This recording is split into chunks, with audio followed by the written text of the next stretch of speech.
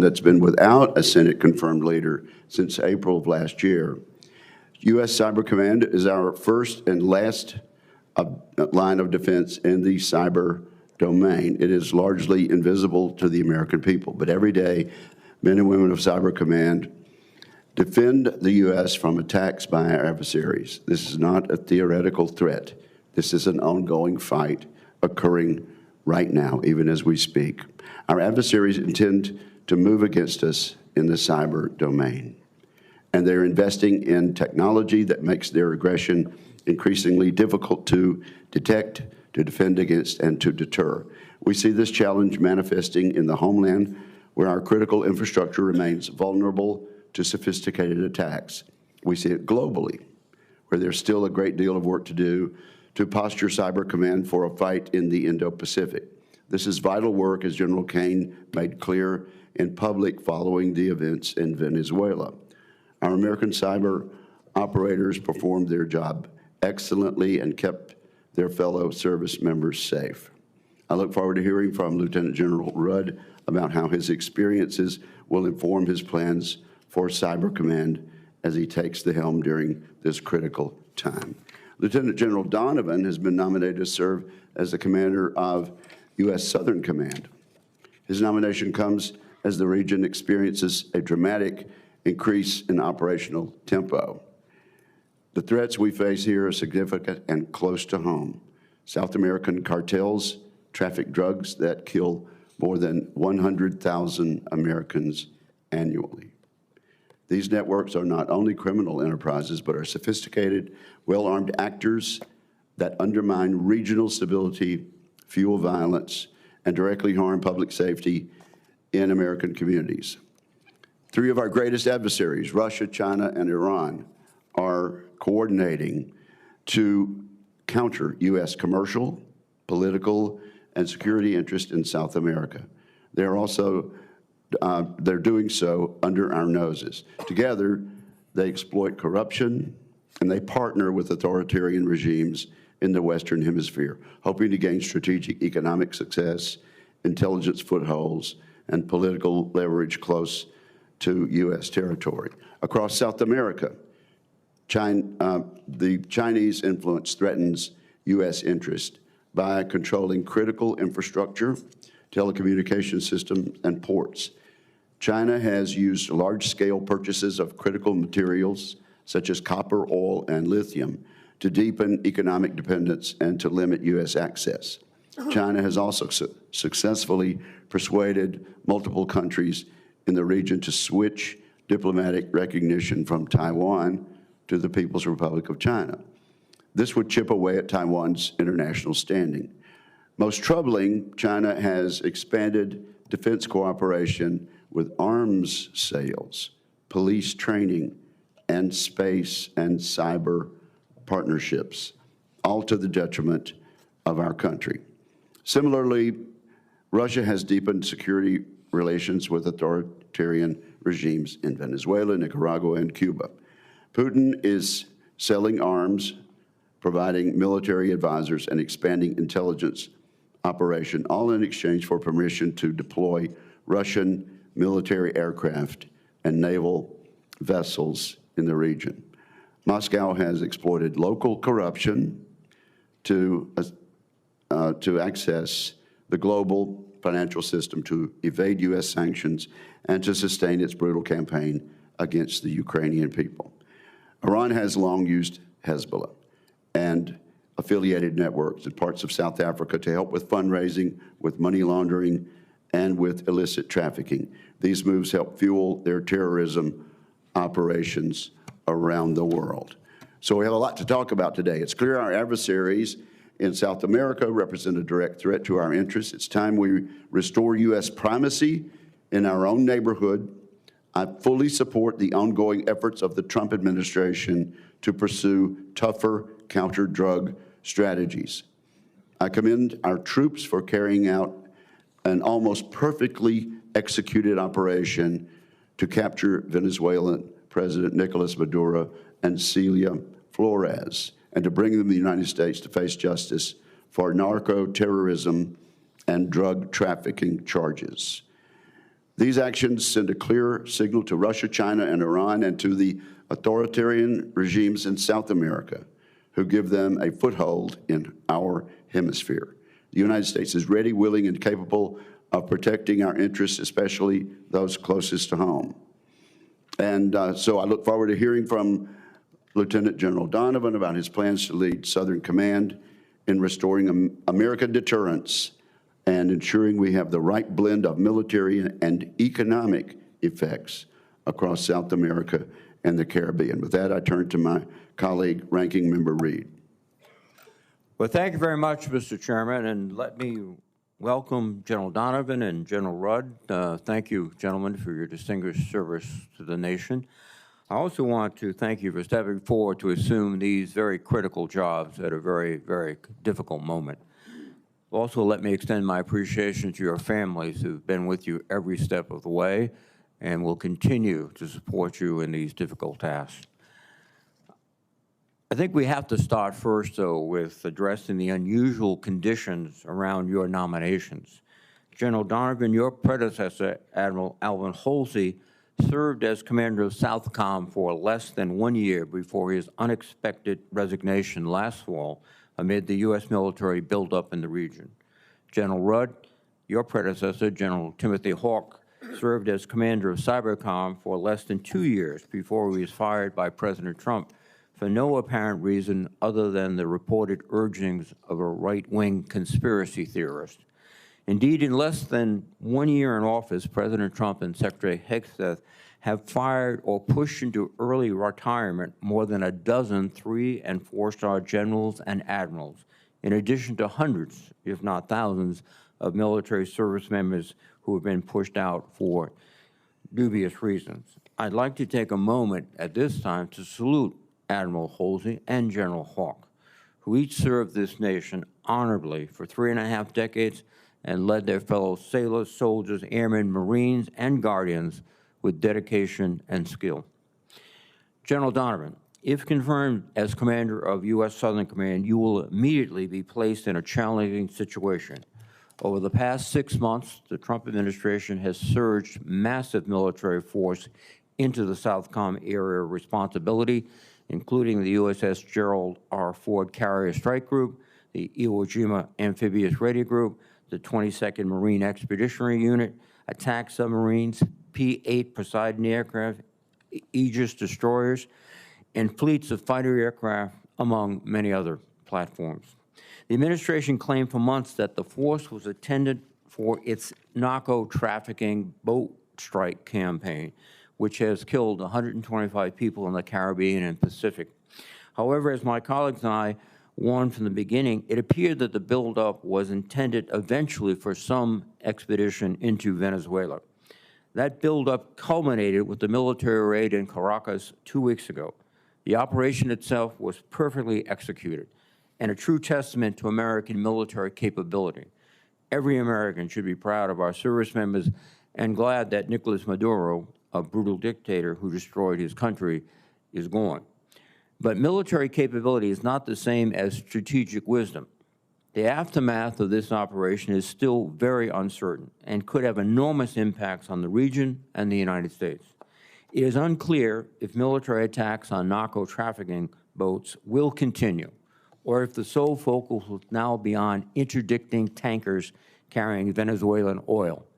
There is also no clear answer on how long this enormous buildup of U.S. military assets will remain in the Caribbean. Finally, I've seen no credible contingency plans for the possible collapse of the Venezuelan government and the violence and potential American military involvement that would follow such a collapse. General Donovan, if confirmed, you will lead American forces in this tenuous environment. I'm interested in how you plan to approach the immediate issues facing Southcom.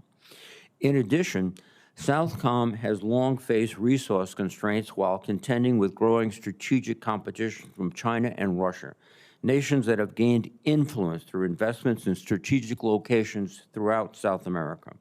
Southcom now has an enormous set of resources, but they do not seem to be postured for threats from near-peer competitors. I'd like to know how you would intend to manage this influx of assets, whether you believe they remain available, and if you believe they should be postured to counter narco-trafficking or the growing influence from China and Russia in the region. General Rudd, you are nominated to be Commander of Cyber Command and Director of the National Security Agency. I would note that the committee has waited 9 months for your nomination and this hearing. The men and women of Cybercom and the NSA are the finest in the world at what they do, and I want to commend them for their commitment and performance despite this uncertainty. General, you have led a distinguished career as a Special Forces officer, and I thank you for that. However, your background does not include expertise in cyber operations or signals intelligence, areas that are central to this dual command. If confirmed, you would lead at a critical moment as we evolve the cyber force under Cybercom 2.0, while entering a window of vulnerability with China. I would like to know what exposure you have had to cyber tools or signals intelligence during your time at SOCOM and INDOPACOM that have prepared you to lead the agency. Finally, over the last decade, there has been a recurring debate over whether to sustain the dual hat arrangement, whereby the commander of Cybercom also serves as director of the NSA. Independent expert panels and this committee generally have concluded that the dual hat arrangement should be sustained. I would welcome your thoughts on this issue. Again, gentlemen, thank you for your service, your willingness to step forward. Throughout your careers, you have demonstrated the character and the courage that is essential to leading, and I know you'll continue to demonstrate that character and courage. Thank you, Mr. Chairman. Thank you, Senator Reed. Now, Lieutenant General Rudd, your opening statement, sir. Chairman Wicker, Ranking Member Reed, and distinguished members of the committee, I am deeply honored and humbled to appear before you today as the nominee for Commander, U.S. Cyber Command, Director of the National Security Agency, Chief Central Security Service. I want to thank President Trump, Secretary Hegseth, the Chairman, and the Chief of Staff of the Army for the nomination and their trust in me to lead this critical role in our national security apparatus. I'm also honored to be alongside my friend and fellow warrior leader, Lieutenant General Frank Donovan. I am the grandson of members of the greatest generation. Both my grandfathers served during World War II. I was raised by a single mother who I know is watching today from South Carolina. My mother instilled the values of faith, family, strength, courage, and hard work. And it was a upbringing that planted the seeds which have led to a life of service and the relentless pursuit of excellence in everything that I do. I commissioned in the Army through ROTC at Furman University, where I met my lovely bride, Ansley. She has been with me and supported me in this adventure since the beginning. Ansley, I'm eternally grateful for your love, strength, and support over the last 3.5 decades. You are, and always have been, the rock upon which our family finds stability and resilience. Our 2 daughters, Hayden and Hollis, are also here with us today. Hayden is a congressional fellow with the Senate Committee for Commerce, Science, and Transportation, and Hollis is here from Texas, where she is a business professional working for a company that provides support to our service members, families, and veterans. Thank you both for all the sacrifices you have made over the course of your upbringing. You both inspire me to continue to serve and defend our American way of life. I'd also like to recognize the selfless men and women I've served with throughout my career, both uniformed and civilian, and of course, an incredible non-commissioned officer corps. Most importantly, I'd like to remember the many who have made the ultimate sacrifice for our great nation. My journey as an Army officer started as a logistician, and as a captain, I transitioned to Special Forces. When people learn of this, many remark, "What an unlikely beginning to a career such as yours." Unconventional. Yes, unconventional in many ways. However, it is this non-traditional path that has led to a rich experience as a joint warfighter at the forefront of our nation's most challenging problems. This includes command of joint, combined, and interagency teams at various echelons in peacetime and in conflict, preventing attacks against our homeland, and delivering effects against our nation's adversaries in all domains. For decades, I have had the opportunity to be a leader, consumer, enabler, generator, and integrator of the intelligence and operational capabilities of NSA and Cyber Command. For the past 6 years, I have served in a variety of positions in Indo-Pacific, where we are focused on defense of the homeland, deterring adversaries, and strengthening alliances and partnerships in the region. We do this through delivering combat credible capabilities in all domains, and this certainly includes the cyber domain. If confirmed, I'm prepared to lead these organizations as an integrated and essential team to rapidly deliver options and solutions to our nation's toughest security challenges at this critical time in our history. Thank you for the privilege of appearing before you today. If confirmed, I look forward to working with you, and I look forward to your questions today. Thank you very much, Lieutenant General. Now, Lieutenant General Donovan, you are recognized for your opening statement. Good morning, Chairman Wicker, Ranking Member Reed, and distinguished members of this committee. It's a true honor to appear before you today as a nominee to be the next commander of U.S. Southern Command. I'm grateful to the President, Secretary, the Chairman of the Joint Chiefs of Staff, and the Commandant of the Marine Corps for their trust and confidence in me for this nomination. Privileged to be alongside Lieutenant General Josh Rudd, a friend and teammate for many years. I'll start by recognizing Admiral Alvin Halsey and his wife, Dr. Stephanie Halsey, for their 37 years of selfless service. I also want to recognize Lieutenant General Evan Pettis, who is currently leading U.S. Southern Command. Joining me today is Kim, my wife and best friend for over 32 years. We met in the island of Crete in 1992, where we were both assigned to a small naval installation. Service to our nation is in Kim's blood. She was raised in a Navy family where her father, a career Navy chaplain, served across the globe, including tours in Korea and Vietnam, during which he is awarded a Purple Heart. A former naval officer, Kim's path of service makes her a passionate advocate for our military service members and their families. Also with us today is our daughter, Sergeant Margaret Donovan, serving the Marine Corps Special Operations Command. Our son, First Lieutenant Brendan Donovan, is an infantry officer serving on the West Coast. He couldn't be here today. He's attending a training course to become a reconnaissance Marine. Also not with us today is our daughter-in-law, First Lieutenant Holly Beskey, who's in her final weeks of flight school. Kim and I are incredibly proud of Maggie, Brendan, and Holly, as they have not sought the easier way, but the path less traveled by the few and the proud. I'll take this opportunity to thank my parents, Frank and Martha Donovan, for the example of faith, family, and service. Enlisting at 17, my father served 40 years in the Navy, retiring as Vice Admiral. He and my mother raised 8 children and 29 grandchildren. Their legacy of service lives on today, with 23 of our family members having served or currently serving in the U.S. military. In addition to my parents' example, I've been profoundly impacted by the dedication, professionalism, courage, and grit of the joint service members I've served with in every climate and place, in peace and at war. Their selfless example, and more specifically, the actions and examples of the non-commissioned officers and the senior enlisted leaders I have served alongside, has shaped my approach to leadership, duty, and responsibility. Over the past 37 years, I've operated in every geographic combatant command and had the honor to lead Marine Corps, Navy, Joint, and Special Operations Forces across the spectrum of armed conflict, from clandestine operations to high-intensity combat on land, air, and sea. Most of these operations were conducted shoulder to shoulder with allies and partners. Serving as the Vice Commander of U.S. Special Operations Command, I've developed budgeting, resourcing, audit skills, challenged and accelerated my vision of autonomous warfare, and developed close interagency and diplomatic relationships. It is with this foundation that I approach U.S. Southern Command. If confirmed, I'm fully committed to leading a warfighting headquarters capable of joint operations at range, speed, and scale. I'll collaborate closely with regional allies and partners, fellow combatant commanders, and the joint staff to protect America's vital national interests, deter war, and if necessary, win them quickly and decisively. If confirmed, I'll provide the Secretary and President candid and clear military advice, and I commit to remaining fully transparent with this committee. I look forward to your questions today. Thank you.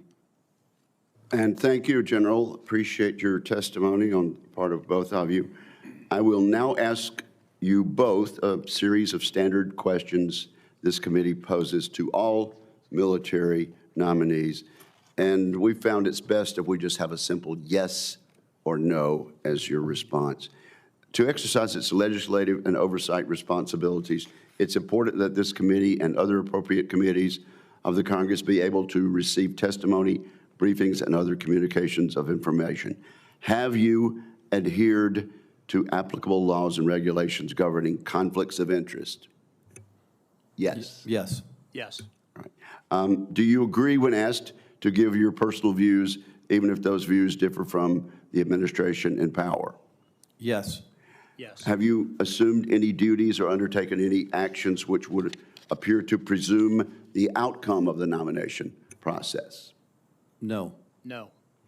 Will you ensure your staff complies with deadlines established for requested communications, including questions for the record in hearings? Yes. Yes. Will you cooperate in providing witnesses and briefers in response to congressional requests? Yes. Yes. Will those witnesses be protected from reprisal for their testimony or briefings? Yes. Yes. Do you agree, if confirmed, to appear and testify upon request before this committee? Yes. Yes. Do you agree to provide documents, including copies of electronic forms of communication, in a timely manner when requested by a duly constituted committee, or to consult with the committee regarding the basis for any good faith delay or denial in providing such documents? Yes. Yes. Thank you very much. And now we will recognize each member of the committee who chooses to question you for some 5 minutes. Let me begin by a quick yes or no question that we've been asking for some time now of nominees. And I ask this because we are having some problems with implementation of last year's reconciliation bill. Do you commit, General Donovan, to follow the Congress's spending recommendations and defense reconciliation unequivocally? Yes. And General Rudd? Yes, Senator. All right. And then let me turn to you first, General Donovan. We know what's happened in Venezuela. We referred to that in our opening statements from the dais. We know the Maduro regime was corrupt. It was an illegitimate narco government dictatorship. He's been removed now. So where does that leave you and Southcom, should you be confirmed, to limit the adversarial powers so close to home and to reduce the supply of drugs? And what strategic options are now open to you since we have a Venezuela government that is cooperating with us to an extent? Senator, in my current role as Vice Commander of U.S. Special Operations Command, I'm not connected to any current planning operations or future planning in Southern Command. If confirmed, however, I will be fully involved in that process, and my responsibility would be to provide the planning and staff process at that Southcom headquarters to create the best military options to present to the Secretary. Well, okay, but do you have any ideas about to what extent or in what way you'll be involved? Senator, again, if confirmed, my responsibility is that everything that happens in Southern Command is my responsibility inside that AOR.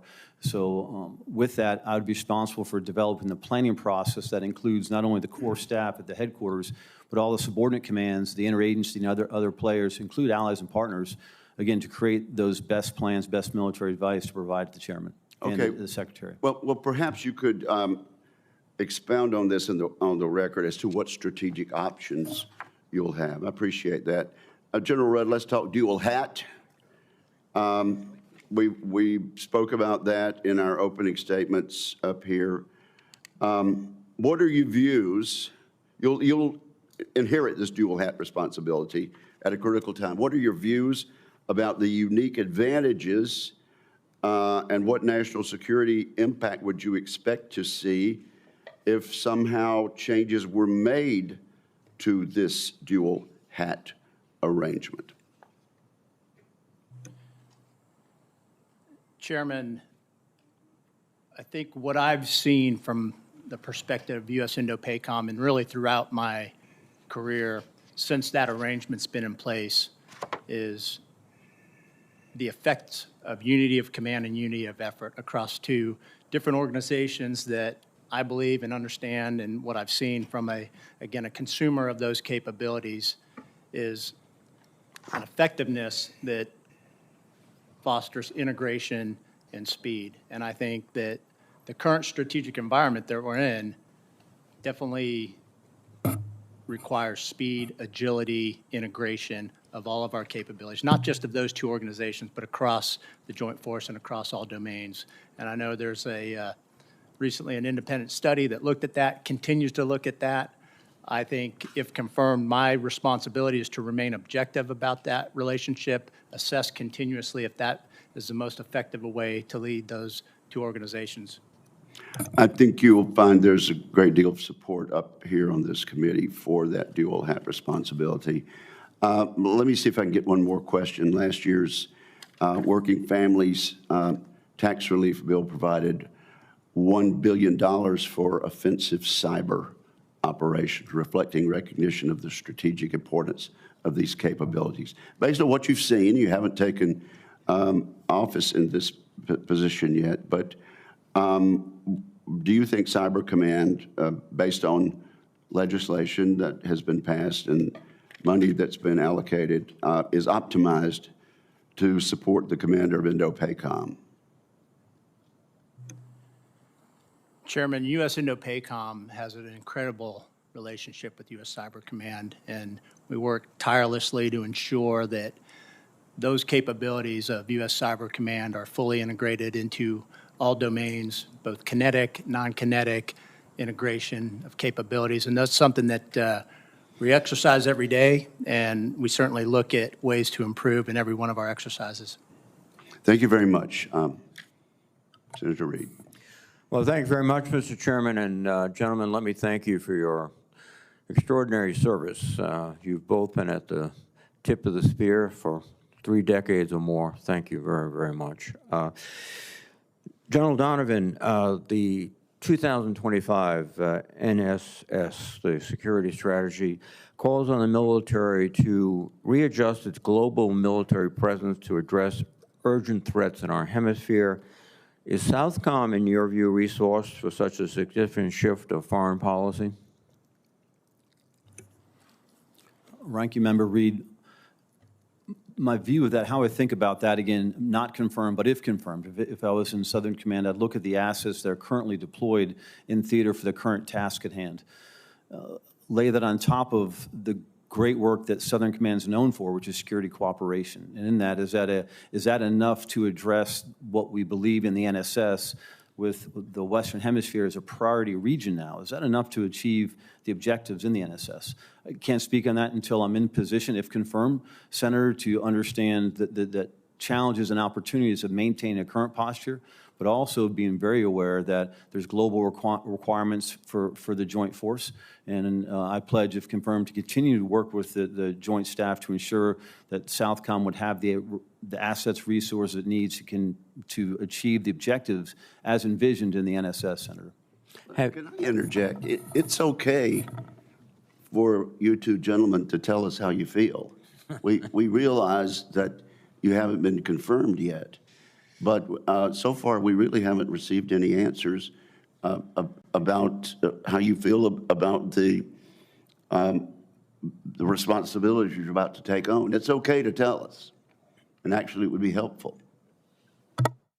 Thank you, Mr. Chairman, very much. Please, go ahead, General Donovan.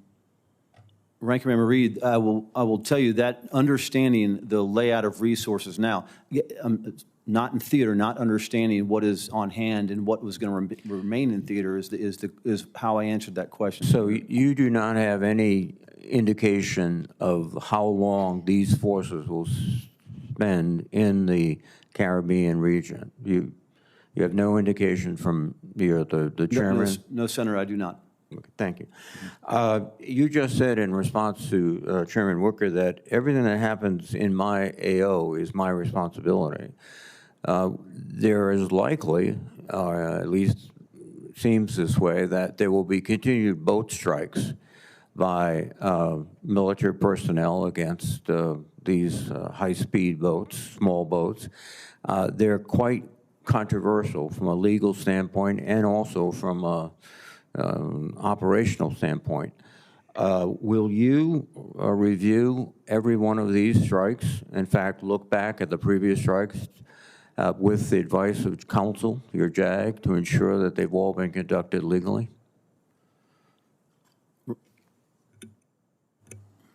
Ranking Member Reed, my responsibility will be to execute a planning process that brings the whole of the staff together at each one of these operations, to include legal advisors, to understand the mission at hand, organize the force appropriately, and then execute the mission as required. So yes, I have that responsibility and will continue to lead the staff to ensure that all those operations are executed within the laws of armed conflict. Thank you. General Rudd, in your advanced policy questions, you indicated, quote, the command and control model must balance tactical agility with strategic oversight, which I can agree with, but we have a problem sometimes of paralysis by analysis. I think that's what you were referring to. But we also have problems sometimes with sacrificing due diligence and scientific inquiry for speed. It's a great balance. Can you indicate how you propose to make that balance?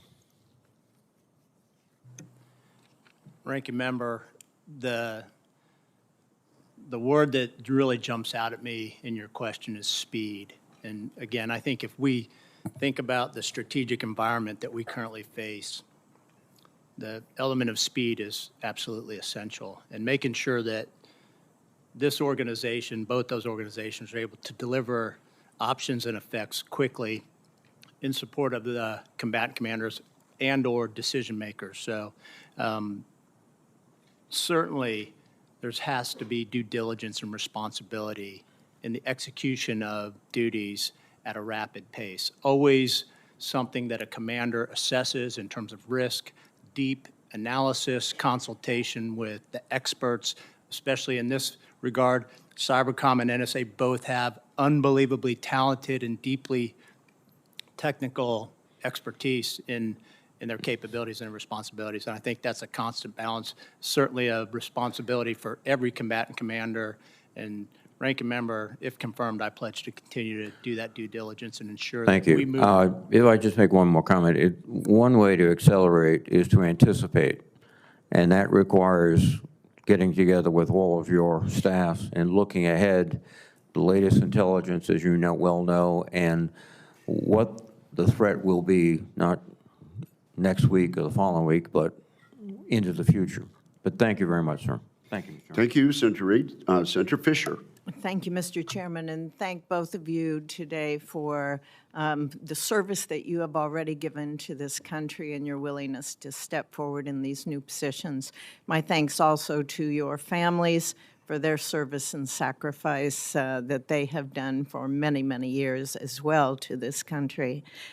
General Rudd, how has your experience as a consumer of intelligence and operational capabilities of NSA and Cybercom informed your understanding of the value of cyber effects to help shape that battle space?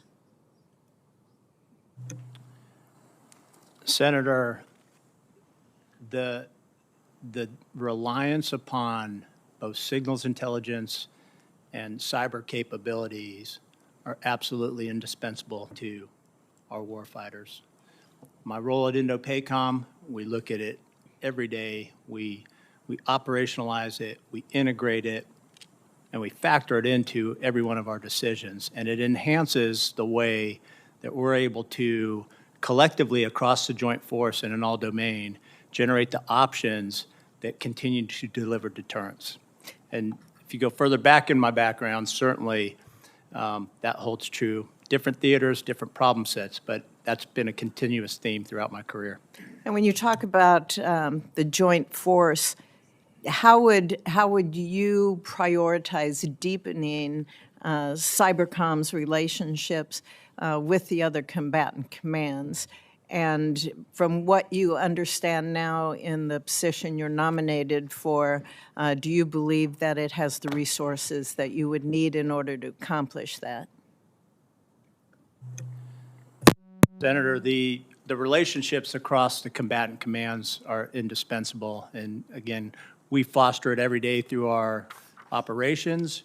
We enhance it through our exercises and experimentation, and there's constant communication.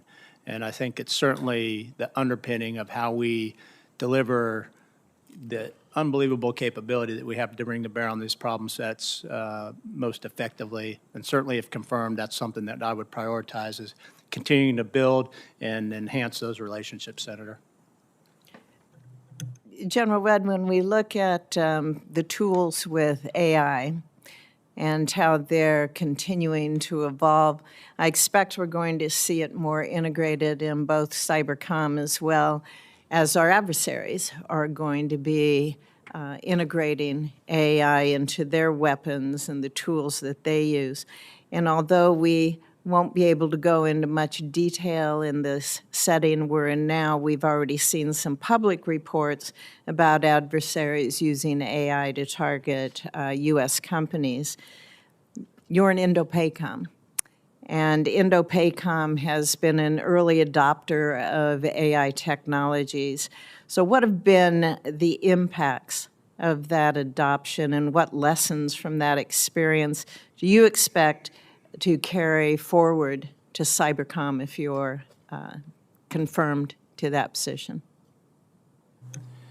Yes, Senator, as you highlight, we really have put a concentrated effort at U.S. INDOPACOM, and I know cybercom is as well. What I understand is this committee has been very supportive of making sure that both cybercom and the rest of the joint force has resourcing and prioritization of that critical capability. As you have seen the adoption of those capabilities in PACOM, has it been easy? Has it been seamless? Are there bumps in the road? Tell me about the adoption of it and what you anticipate to see in cybercom. Yes, Senator. I think the adoption of technology and capabilities varies based on the individual user, but really it's about leadership and prioritization. And in the case of AI, I think it's a capability that has to be understood. It has to be broadly transmitted across the workforce. Leaders have to prioritize it, and certainly we are. Again, I'm confident that cybercom is doing it the same way that INDOPACOM is. We're learning a lot, we're learning fast, and we'll continue to do that. Thank you. And if you. confirmed, Senator, that's what I'd bring to Thank you. Southcom. And a quick question to General Donovan. We talked about the mill-to-mill relationships and the strength of those relationships that are in Southcom right now. Can you give me a quick example on what you would do to try to deepen those relationships? Senator, I would build on, if confirmed, build on the great work that Southern Command has always been known for, and look for ways to expand those to increase regional security and partners that can help carry the burden. Senator. Thank you. Thank you, Mr. Chairman. Thank you, Senator Fisher. Senator Shaheen. Good morning. Congratulations to both of you on your nominations, and thank you to you and your families for your willingness to continue to serve. Lieutenant General Donovan, historically, U.S. aid programs and State Department-funded support have been critical in Southcom because, as we know on this committee, we've most often in the past have had a low force presence in the region, and we've used soft power to combat Chinese and Russian and other adversarial influences there. In fiscal year 2024, USAID provided $1.3 billion in humanitarian assistance in Southcom's area of responsibility.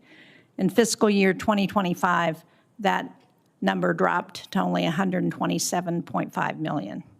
So as you think about this challenge, how do you address the need for soft power in the region without having the previous available support to do that?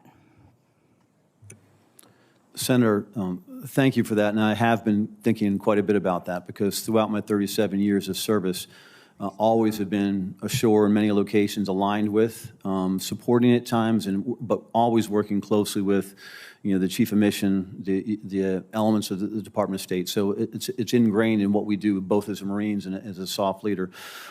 I am concerned about any drops in any of the tools that would be available to a combatant commander to address a range of issues. And the idea of soft power, to ensuring that, if confirmed on the ground, I can take a look at the requirements, specifically if made a priority effort in the NSS, it needs to be matched by a priority effort in all the resources available, specifically with those allies and partners to be used in ways we've used so successfully in the past. So I pledge to look into any decrements, Senator, and find ways to cover gaps and ask for more resources. Well, thank you. As you're thinking down the road, what does success look like in Southcom in the next, say, 3 to 5 years? Success looks at a safe and secure homeland, and Southcom's connection to Northcom to provide that buffer to protect our homeland. But at the same time, regional partners built so they can handle regional problems and share those burdens. Senator. Thank you. Lieutenant General Rudd, Cybercom, as we discussed when you came to see me, plays a critical role in disrupting foreign adversarial cyber threats to the United States. Traditionally, the Cybercom commander sits on the Interagency Elections Security Group in coordination with the Department of Homeland Security and other interagency partners. Now, the Office of the Director of National Intelligence annual threat assessments from 2023, 2024, and 2025 all said that Russia and China both view election interference as opportunities to advance their malign influence operations and to sow domestic discord. So with elections coming up this year, as you can imagine, election security is critical in America. So if confirmed, how will you prioritize Cybercom's work with the Interagency Election Security Group? Senator, any foreign attempt to undermine the American process of democracy, and at the center of that is our electoral process, as you all know far better than I do, has got to be safeguarded. It's absolutely a fundamental priority for the nation. And as you described, there's an interagency process and members that do that. And I would hope that if confirmed, my experience with interagency collaboration and integration will play a useful role in that. And certainly, again, I don't know what role Cybercom was currently planned to do in the future elections. I know it's had a critical role in the past, and if confirmed, I'd continue to prioritize that as directed. Thank you.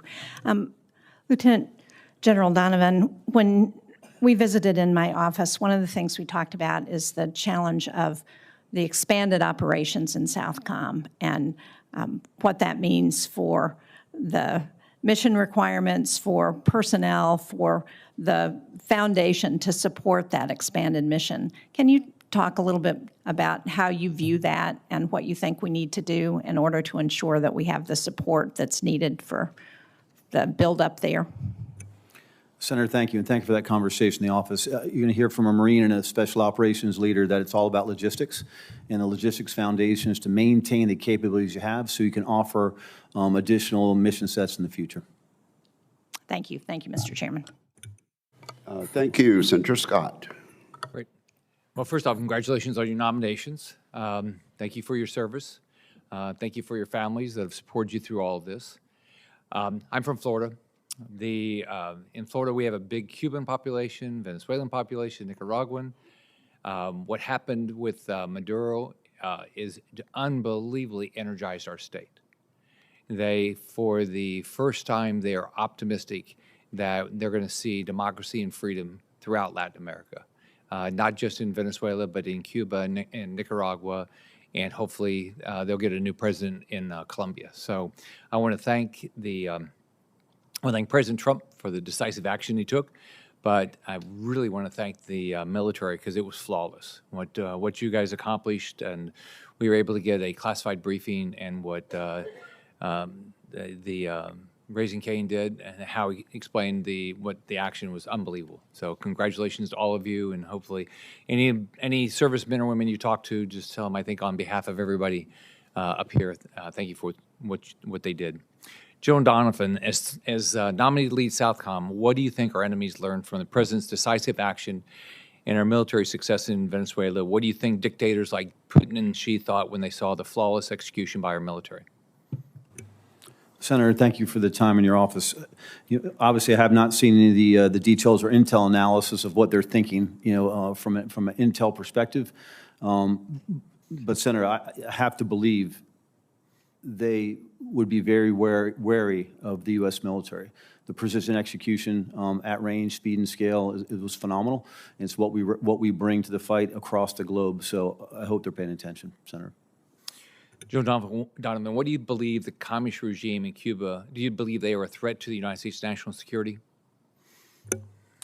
Senator, I think that regime has always been a threat to U.S. national security. And again, if confirmed, I intend to get to Southcom headquarters to determine the status of that threat and provide military options if asked.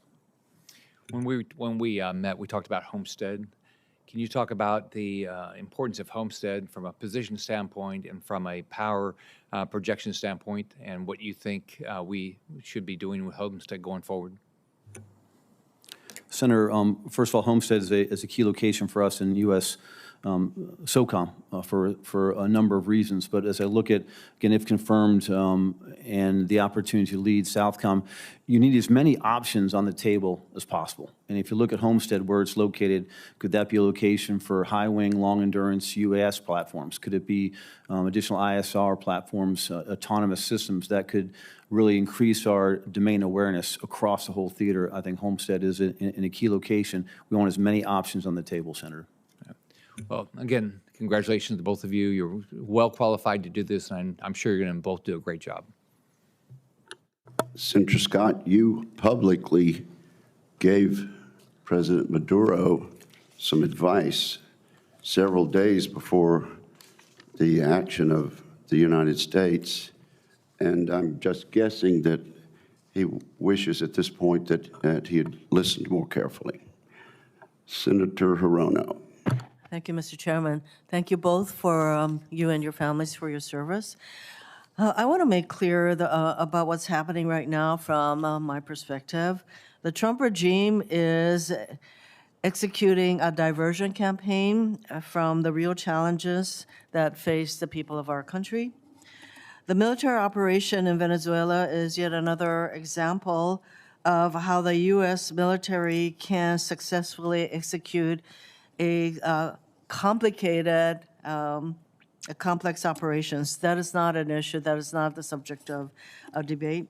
What is up for debate are the decisions surrounding this operation, its legality, whether it was worth risking American lives, and if there is a plan for what happens next. Recent polling shows that the majority of Americans are concerned that the U.S. will become too involved in Venezuela. We need to be focusing on hard questions about the future of Venezuela and the scope of the U.S. engagement moving forward. But while the Trump administration, Trump regime, pats itself on the back that they are refusing to tell the American people and Congress about what comes next. Instead, President Trump boasts that the U.S. will be running Venezuela for years, but it is not clear who will do that running. This regime is writing the script as they go along, but this is not a Saturday Night Live skit. This is real life. In the midst of an affordability crisis in our own country, this regime is focused on running Venezuela and debating which country to take over next. We're being asked to celebrate a foreign intervention that lacks a legal underpinning, as far as I'm concerned, or a clear exit strategy. Congress, the American people, and our allies and partners are left with more questions than answers.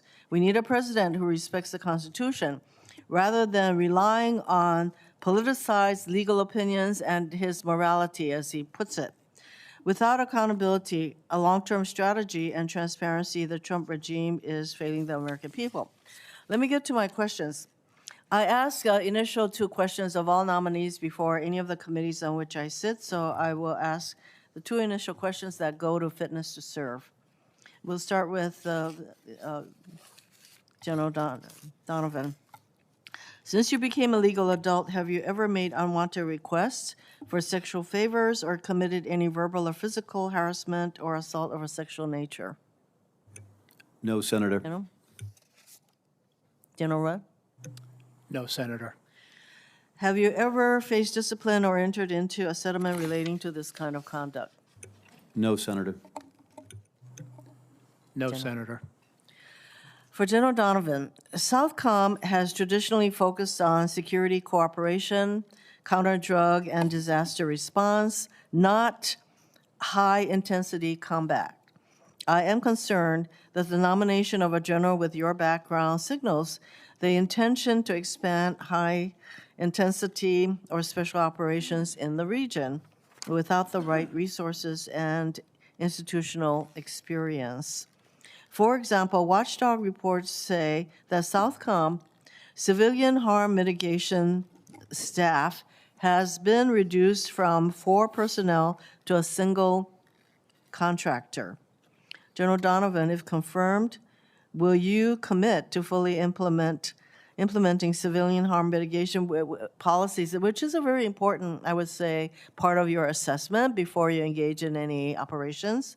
Would you agree? Yes, Senator, I commit to that. So, and will you request the resources that you need in order to do the assessment that I just referred to? And this is just one example of the resources that I have concerns about regarding Southcom. Yes, Senator. For General Rudd, you have unique insight into the threats posed by China from your position at INDOPACOM, and I thank you for your service in INDOPACOM. But countering China's cyber threats demands strong technical leadership at the top. Cybercom's advantage has also been intelligence sharing with allies. It is very concerning that President Trump has withdrawn the U.S. from many international organizations focused on cyber coordination and deterrence. The cyber domain remains a vulnerable area that demands deep technical expertise and international coordination. Without this access to the kind of international coordination that Trump has taken us out of, without the kind of expertise that I would expect someone who will be taking over Cyber Command, how will you address these challenges? Senator, I would, as you know very well, at INDOPACOM, allies and partners are absolutely critical to our approach. Mm-hmm. That will continue, and that is a critical part of all of our combatant commands. And Senator, if confirmed, I would continue to thicken and deepen those relationships. And to the point about the technical aspects of the job, I'm confident that the incredible talent at Cybercom and NSA will provide great advice, and I'm confident that if confirmed, I can continue to lead and enable those 2 organizations to provide the best support to our combatant commanders and the Joint Force writ large. Thank you, Senator Hirono. Senator Tuberville.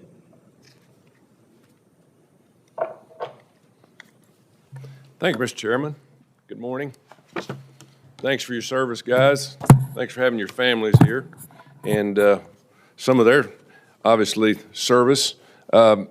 Lieutenant Donovan, General, I appreciate you may not have the opportunity to spend a significant amount of time at your new headquarters, but I've been there several times. It strikes me that while the current facility is not good for Southern Command's previous focus, theater security cooperation, I think the next commander will need to evolve the facilities and staffing to operate as a more traditional command, especially given President Trump's stated desire to focus more on our own hemisphere.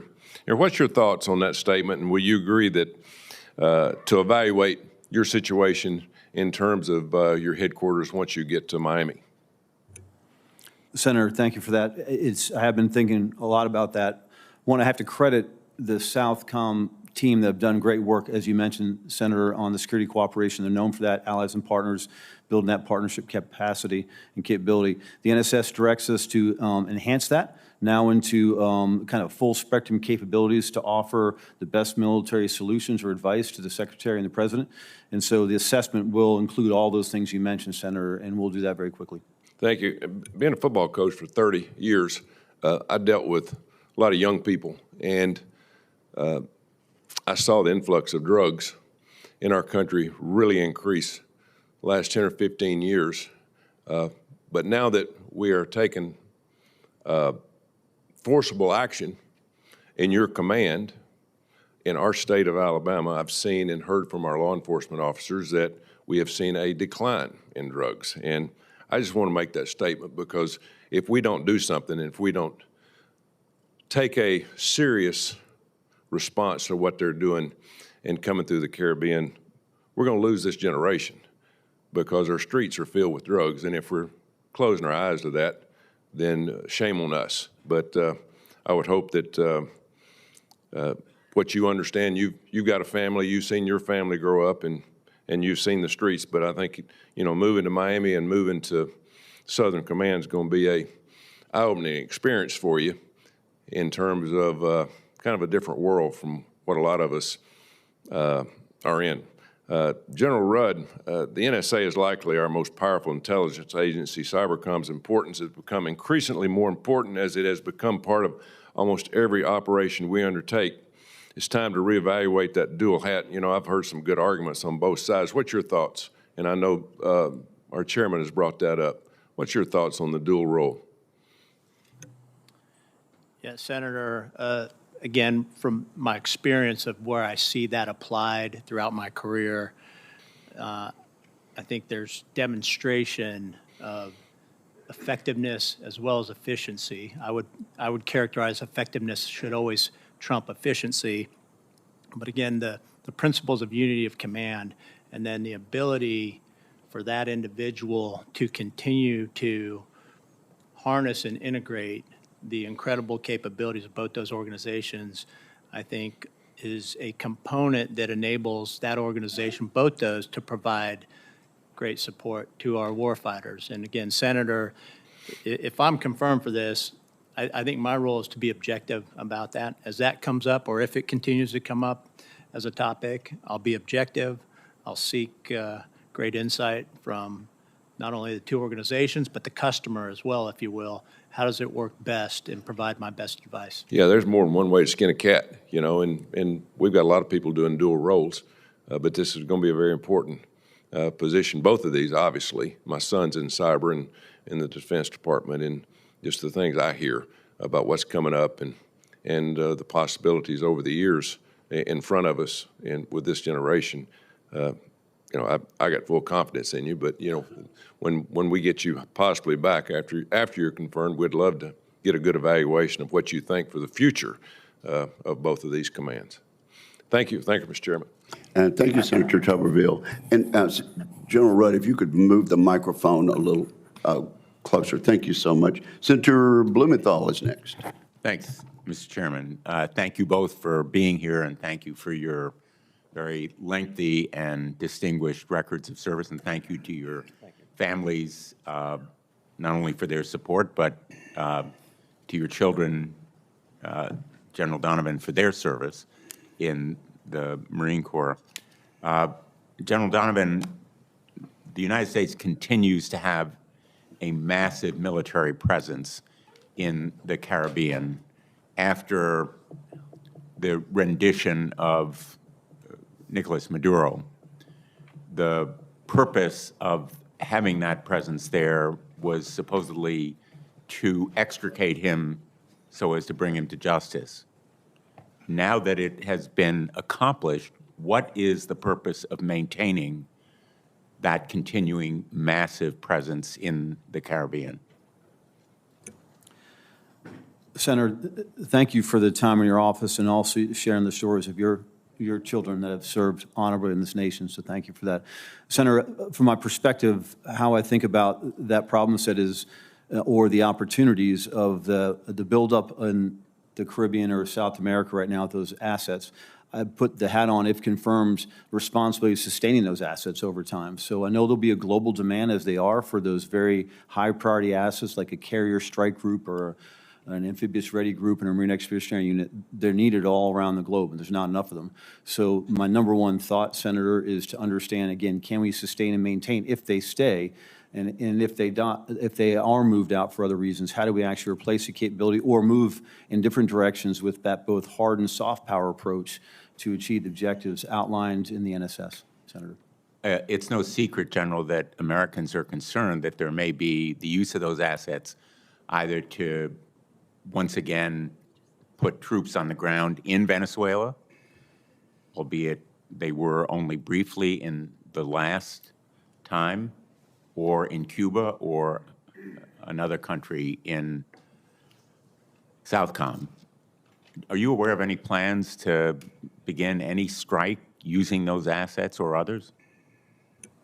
Senator, I am not in my current position in the Pentagon working for a U.S. Special Operations Command. I'm not privy to those plans, but I commit to you, if confirmed, I will be fully involved in any future planning, Senator.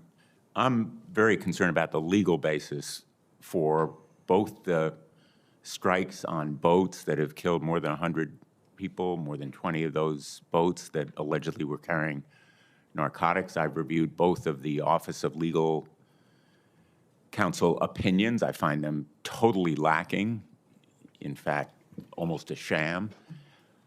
One has been made public in redacted form, the other not at all. Would you support making those Office of Legal opinions public, as I believe the American people have a right and deserve to see them? Senator, I understand the seriousness of that question, but I'll have to defer to both policy and legal advisors at the Secretary's level to answer that question, Senator. You and I talked a bit in my office about the energetic attempts by Russia and China to exploit the turmoil and confusion ongoing in Southcom. Can you share with this committee a bit about your perspective on Russia and China as threats to the United States in that area? Senator, again, if confirmed, I intend to dive very deep into that topic set. But how I think about it in my current position is that I believe both of those actors would be wary of military competition because they'd be extended from their source of strength and power. I think what we look at as the future potentially is more on how do we align those soft aspects of power to be complemented by, when required, those harder aspects of military power to counter those threats, because they are right now currently both those threats are well ingrained throughout the Southcom AOR, and we have to find ways to counter them even more successfully, but use the advantage of the assets and capabilities in place now. But I do believe that most of the response or counter will come from the economic side and using other levers to counter those intrusions, I should say, Senator. Thank you very much. Thank you to both of you. Thanks, Mr. Chairman. Thank you very much. Senator Rounds. Thank you, Mr. Chairman. Let me begin just by saying to both General Rudd and to General Donovan, thank you for your service to our nation. You have both spent much of your career operating at the tip of the spear in combat and in the gray space between peace and conflict. As you are considered for new roles with additional authority and responsibility, I appreciate your continued willingness to serve our nation in this exceptionally complex threat environment, and I want to extend that same thank you to your families for their service and their sacrifice as well.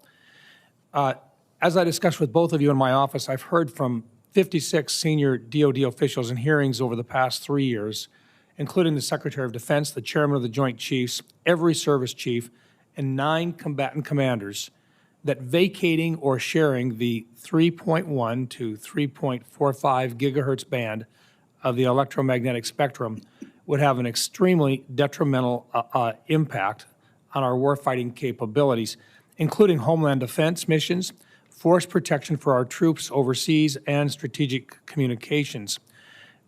General Rudd and General Donovan, if confirmed, will you advocate for and defend the department's equities that operate on or use those bands of the spectrum, including the radars that will make President Trump's Golden Dome function appropriately? A yes or a no would be appropriate. Yes, Senator. Yes, Senator. Thank you. Let me go to General Rudd specifically. Senator Wicker asked you about the importance of the dual hat leadership arrangement, but I wanted to kind of follow up on that a little bit with you.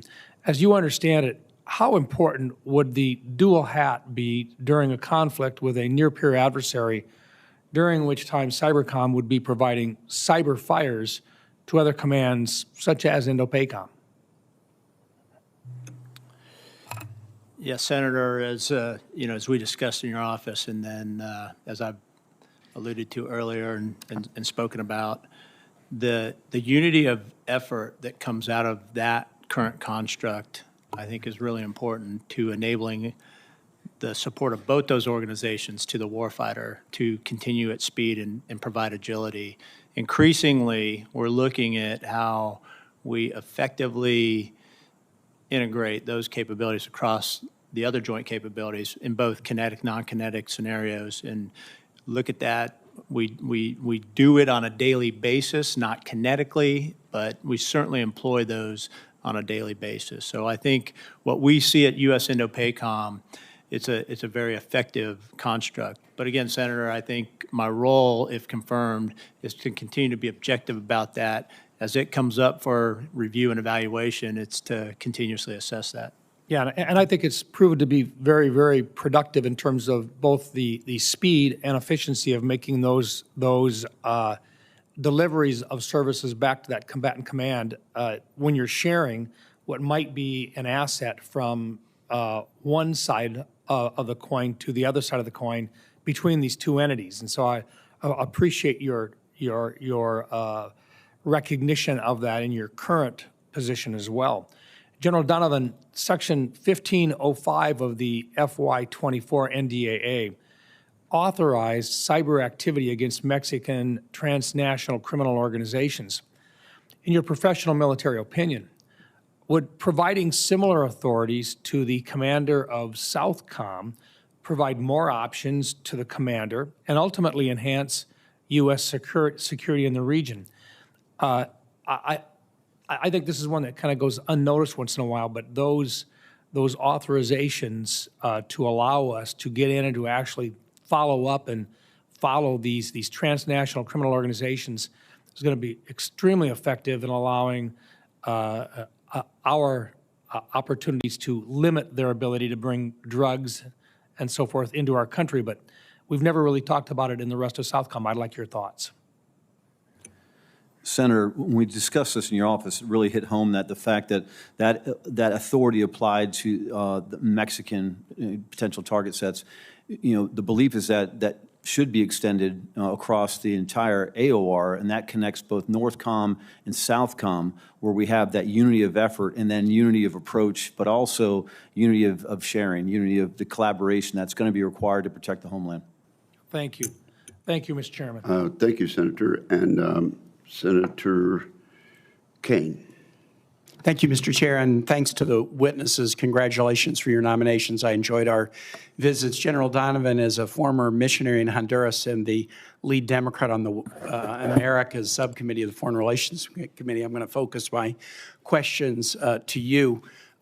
Based on our office discussion the other day, and I appreciated both of our discussions, I understand that you were not involved and have not been involved in any of the planning around either Operation Southern Spear, the boat strike operation, or Operation Absolute Resolve, the Maduro extraction. Am I correct in that? Senator, that is correct. And would it also be the case, since we have officials from Greenland and Denmark visiting us today, you've not been involved in any planning about any military operations with regard to Greenland? Is that correct? That is correct, Senator. Thank you. This is the first public hearing that we've had since the operations began on September 2, where we can talk in public in the Armed Services Committee rather than a classified setting about this set of operations. And so I'm going to put some comments on the record that really, are not directed at you, since you just clarified you've not been involved in planning. First, a factual matter. Some of my colleagues have talked about the boat strikes as strikes against narco-traffickers or narcotics boats. We used to say when I was trying cases, Your Honor, that assumes a fact, not in evidence, that the boats had narcotics on them.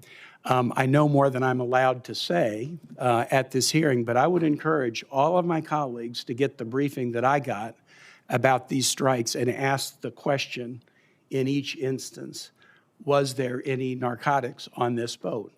Was there any evidence of narcotics? Also ask the question, is the presence of narcotics even a criteria that's used in the targeting of these boats? And I would encourage all of my colleagues to get the briefing that I got, because I think it might surprise you. The second thing, from a matter of law, General Donovan, this operation, Southern Spear and Absolute Resolve, in my 13 years in the Senate, has been the operation that has raised the most questions about its legality. Again, what I know from reading legal opinions, I only know in classified, and I'm not allowed to really discuss them. But many of us have questions about legality, but it's not just us.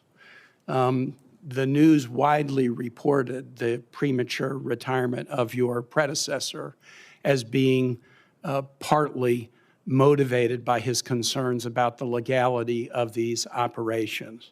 And he is not the only one. I'm going to read the title of a news article that came out a while ago in NBC News on November 19th. Top military lawyer raised legal concerns about boat strikes, and it talks about senior military lawyer for Southcom objecting to the legality of the boat strikes.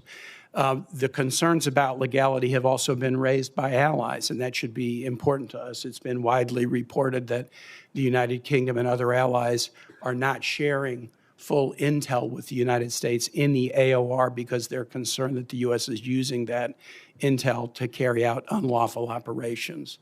And other nations in the region or in NATO that have been allies of ours have also raised questions about the legality of these operations. The questions will not go away, and they cause us grave concern. And second, there's some deep concern about the mission itself. The national security strategy released by the Trump administration on the first Thursday in December had something I liked. They put the Western Hemisphere as a high priority, and I think that means more budgetary resources coming to Southcom, and you've done a lot of budget work in Special Forces. That's great. But the document talks about a new Monroe Doctrine. As somebody who lived in Latin America, you do not know how badly that lands in the Americas. For our allies in the Americas, the Monroe Doctrine was about American dominance, not American partnership. It was about the right of America to intervene in the politics of any nation, including invasions, often the deposing of governments, often. That's what the Monroe Doctrine was, and that's what the Monroe Doctrine means to people in that region. And as I explained to you when we were together, and I really appreciated our discussion, no self-respecting nation is going to allow itself to be dominated. The Chinese come into the region offering partnership, and I think we all know how hollow that offer is. It's often got all kinds of razor blades in the apple. But an offer of partnership will always be chosen over an acceptance of dominance. And I just hope in your role, as you get there and get the lay of the land and then carry forward, you've done a lot of work with allies in your previous work, of course, and in the interagency. You know how important allies are. Let's not turn a face of a bully to allies, because if we do, we will chase them even faster into the hands of adversaries who are willing to invest an awful lot more than we are. And so those would be, free advice worth what you've paid for it. But I look forward to working together. Should you be confirmed, and I believe you will be, on a most important part of the world where the United States has such upside opportunity if we don't blow it. I yield back. Senator Kaine, you have been to the same briefings I have. Let me just say in response to one statement that you made, that there's absolutely no doubt in my mind that these boats that have been interdicted have been drug smuggling boats. Senator Sheehy, you're recognized. Good morning, Generals. Congratulations on the appointment. Thanks for your families for their continued service. General Donovan, I'll start with you. As General Kate alluded to, we've had a complex history with our southern region going back 200-plus years, but I think what's most poignant for what the issue set you're going to be addressing as you enter this new position is we've had roughly a 50-year war on drugs that has had various degrees of effectiveness, whether it was Colombia in the 80s, Central America later, or of course Venezuela now. I'd be curious to hear your thoughts. The new tools we have, many of which General Rudd will be bringing to the table and integrating, and tactics we've learned in the last 20 years, as well as whole of government policies we can implement. Although you're not in the seat yet, as you take this seat, and one of the core priorities of your job will be to help enhance our ability to counter the flow of drugs into our country that's killing tens to hundreds of thousands of Americans. How do you see bringing your resources to bear in Southern Command in cooperation with the Interagency Network to make our counter-drug efforts more effective? Senator, thank you, and thanks for the time in the office call. Senator, you know, how I look at that, again, if confirmed in place in Southern Command, working directly, we talk a lot about Southern Command, but really linking Southern Command and North Command to make sure that we are aligned and synchronized much better, because any flow of drugs and other nefarious activities originating in Southern Command generally flows north, right? So the two commands aligned to use all those capabilities like cyber in a very synchronized fashion, I believe is what's going to provide, and I'll be responsible to provide those best military options alongside the other, the close combatant commanders, NORTHCOM, and I'd even say Indo-PACOM, because of the western side of the continent, working with the Joint Staff for a collaborated effort for the best solutions, which would then in turn end up being that best military advice to provide the Secretary. And one particular issue that I think is becoming more increasingly important, I think, to Senator Kane's point, you know, our partnership with our South American allies. I myself did a deployment down there in my days back in our organizations, countering narcotics, and I think those partnerships, everything we did was with the partnership integrated together with the special operations teams of our host nations, but particularly predatory Chinese fishing activities. It sounds obscure up here, but it's incredibly important to the economies and the subsistence of those countries. China's global ghost fishing fleet is literally strip fishing entire fisheries all over the world, but especially in South America, where they're incredibly important in those economies. So I want to get to General Rudd, but I'd ask if you wouldn't mind giving me a written answer on that at some point, just how you think you can address, as Southern Command commander, the issue of illegal Chinese fishing. And General Rudd, it sounds like you're about to be our country's chief nerd. Normally, NSA and Cybercom, we find very technically experienced cyber intel pros, and now we're taking a knuckle dragger like me and putting him in charge of all that. So I'd love for you to explain to the panel why your background as an operator and door kicker and consumer of that information makes you uniquely qualified to, I think, help transform our cyber NSA paradigm to be more operationalized. Senator, I think the question starts with the current strategic environment that we're in, that is very complex, a host of threats from a number of actors, and that the requirement to be able to integrate capabilities across the joint force and move fast, be able to scale these capabilities, be able to increase relationships not only within the department but across our allies, partners, and then increasingly with the commercial industry. As we talk about the technologies needed for this, I think it's really important. So speed is a component in everything that we do. And, as we talk, Senator, where I sit right now, I bring a deep mission-driven understanding of the challenges that I just described briefly in integrating the capabilities across the joint force in all domains. And so that understanding, that perspective from the joint warfighter, principally in Indo-PACOM in the recent history, but throughout my career in a number of other theaters.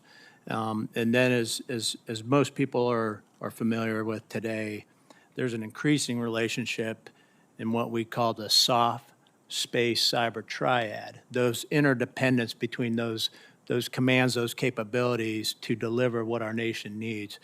But if you go back before we were really in tune to and focused on space as a domain and Spacecom, Space Force, and what they bring to this nation, soft and cyber have been inextricably linked at the hip throughout their operations. And I've been, again, the beneficiary of it. I've had the privilege to lead and command those types of organizations at the other end than what, if confirmed, I would bring in this one at the organization level.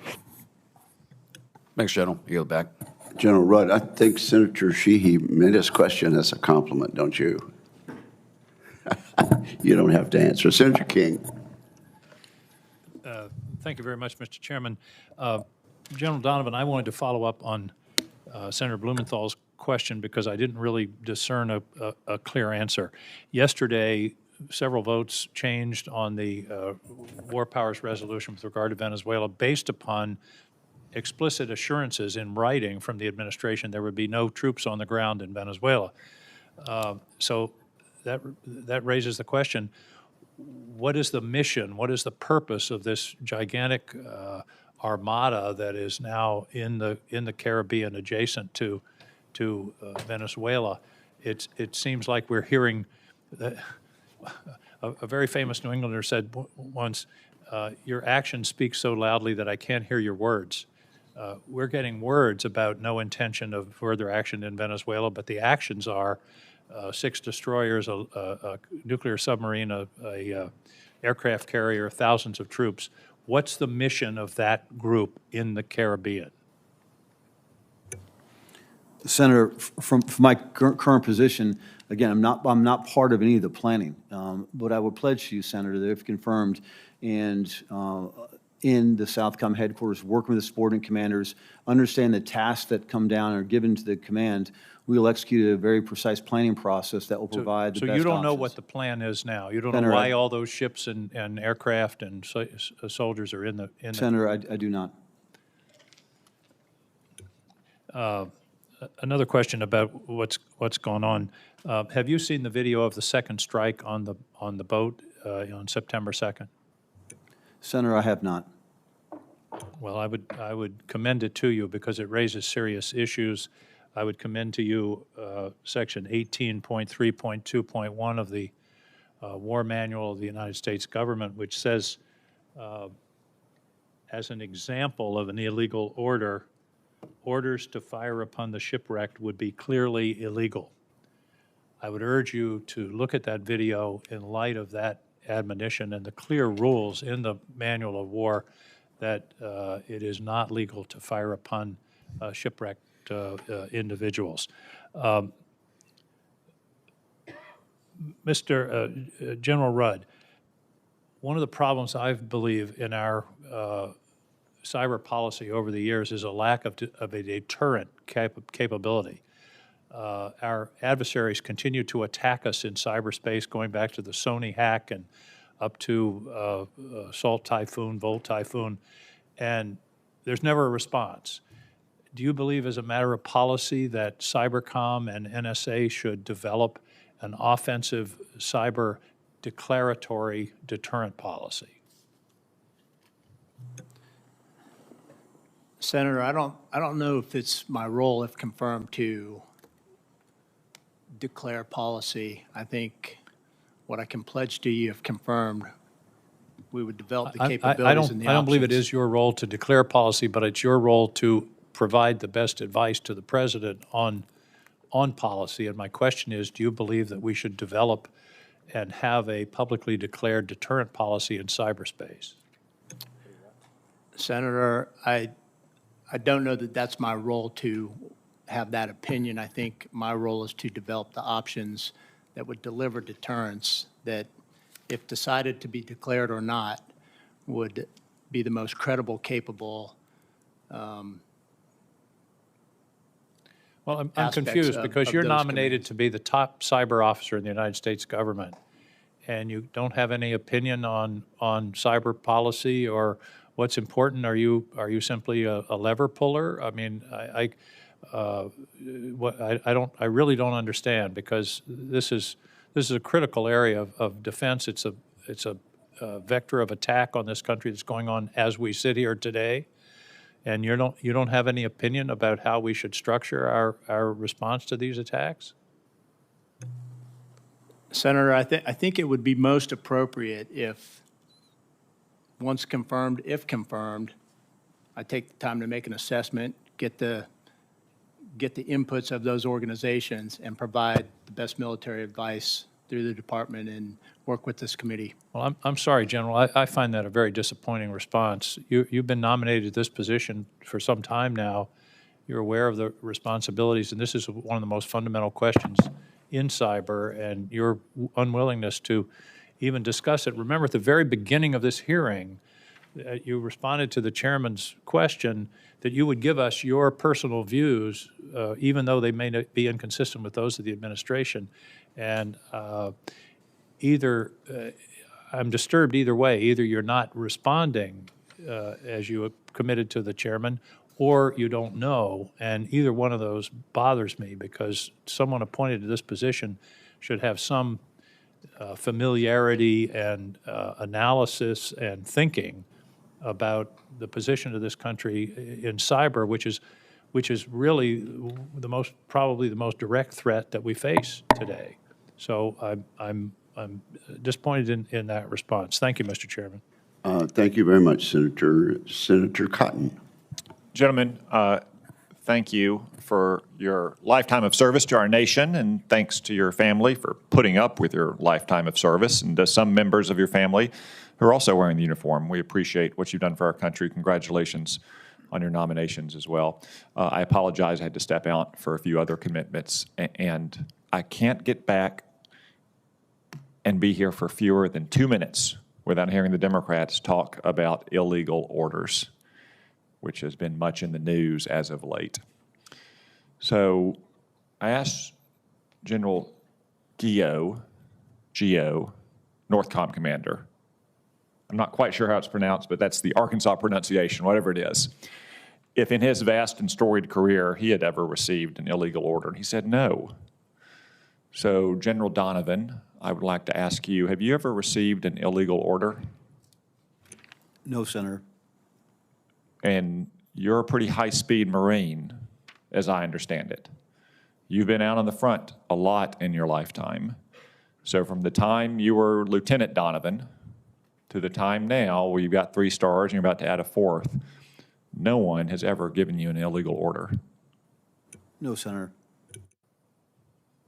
General Rudd, you're a pretty high-speed soldier. I see a lot of impressive badges on your uniform. I think it's Jump Master, Military Freefall Jump Master, more commonly known as Halo. I think I even see Scuba, very rare in the Army. A Ranger Tab, a Combat Infantryman badge. In all of your vast military experience, have you ever received an illegal order? No, Senator. Not even from Lieutenant Rudd as a quartermaster, all the way up to 3-star general, and now about to be 4-star general. No one's ever given you an illegal order. No, Senator. Well, it seems to me that our military does a very good job of training our troops from the time they enlist as privates or the time they commission as lieutenants, all the way up to your level and to the commander-in-chief, not to issue illegal orders. Or, especially at your level, when you have lawyers hanging around you all the time, to seek their counsel, as anyone would. I bet, as some of the politicians on this dais understandably seek legal counsel in affairs related to their job. So I'm glad to hear from so many of our military's senior leaders that our military has done such a good job of ensuring that our troops don't receive an illegal order. General Donovan, I'd like to return to a topic that I also know has been addressed, and this is the presence of such a large number of forces in the Southcom area of responsibility and whether that drains forces from other regions like PACOM and CENTCOM. Although I have to say, I think the people asking those questions wouldn't like those forces to be employed in PACOM or CENTCOM either. It's more of a gotcha question. But understanding, General Donovan, that any combatant commander in any combatant command's answer for how many forces he needs is always going to be more, please. Could you explain a little bit about how, if confirmed, you'll manage the needs of maintaining security with the proper force posture in your area of responsibility along with those others around the world, especially in the old world at EUCOM, CENTCOM, and PACOM? Senator, I'm very aware after 3 years in the Pentagon of the push-pull between each of the geographic commands and the spreading out our very, many ways, our very high-demand, low-density assets, a carrier strike group, nuclear submarine, marine amphibious unit, expeditionary unit. So very aware of that natural tensions that's there, but I pledge, if confirmed, to work with the Joint Staff to ensure that Southcom's needs are registered and met. And if we do lose assets, what are the other capabilities we can bring to bear from other hard power type assets, physical assets, to increase resourcing for some of the softer power to counter the PRC malign influence in the region? Thank you again, gentlemen, for your lifetime of service. Thank you, Senator Cotton. Senator Warren. Thank you, Mr. Chairman. So Nicolas Maduro was a terrible leader. There's no question about that. It does not change the fact that President Trump's military action to attack another country and seize Maduro was unconstitutional and threatens to drag Americans into a war they never voted for. What does the president mean when he says the United States will, quote, run Venezuela for years? When he says, quote, Venezuela now has the United States of America, the most powerful military in the world by far, to protect them, and protect them we will. It sounds like another forever war. Lieutenant General Donovan, you are nominated to lead Southern Command, which would make you the commander responsible for any future military actions in Venezuela. You won't make policy decisions, but service members will count on you to ensure that they are not asked to engage in military operations that are not legal. Now, according to press reports, your predecessor had serious concerns about illegal orders. That was not the case with these strikes. General Donovan, is it sedition for someone in the military to question whether an order is legal?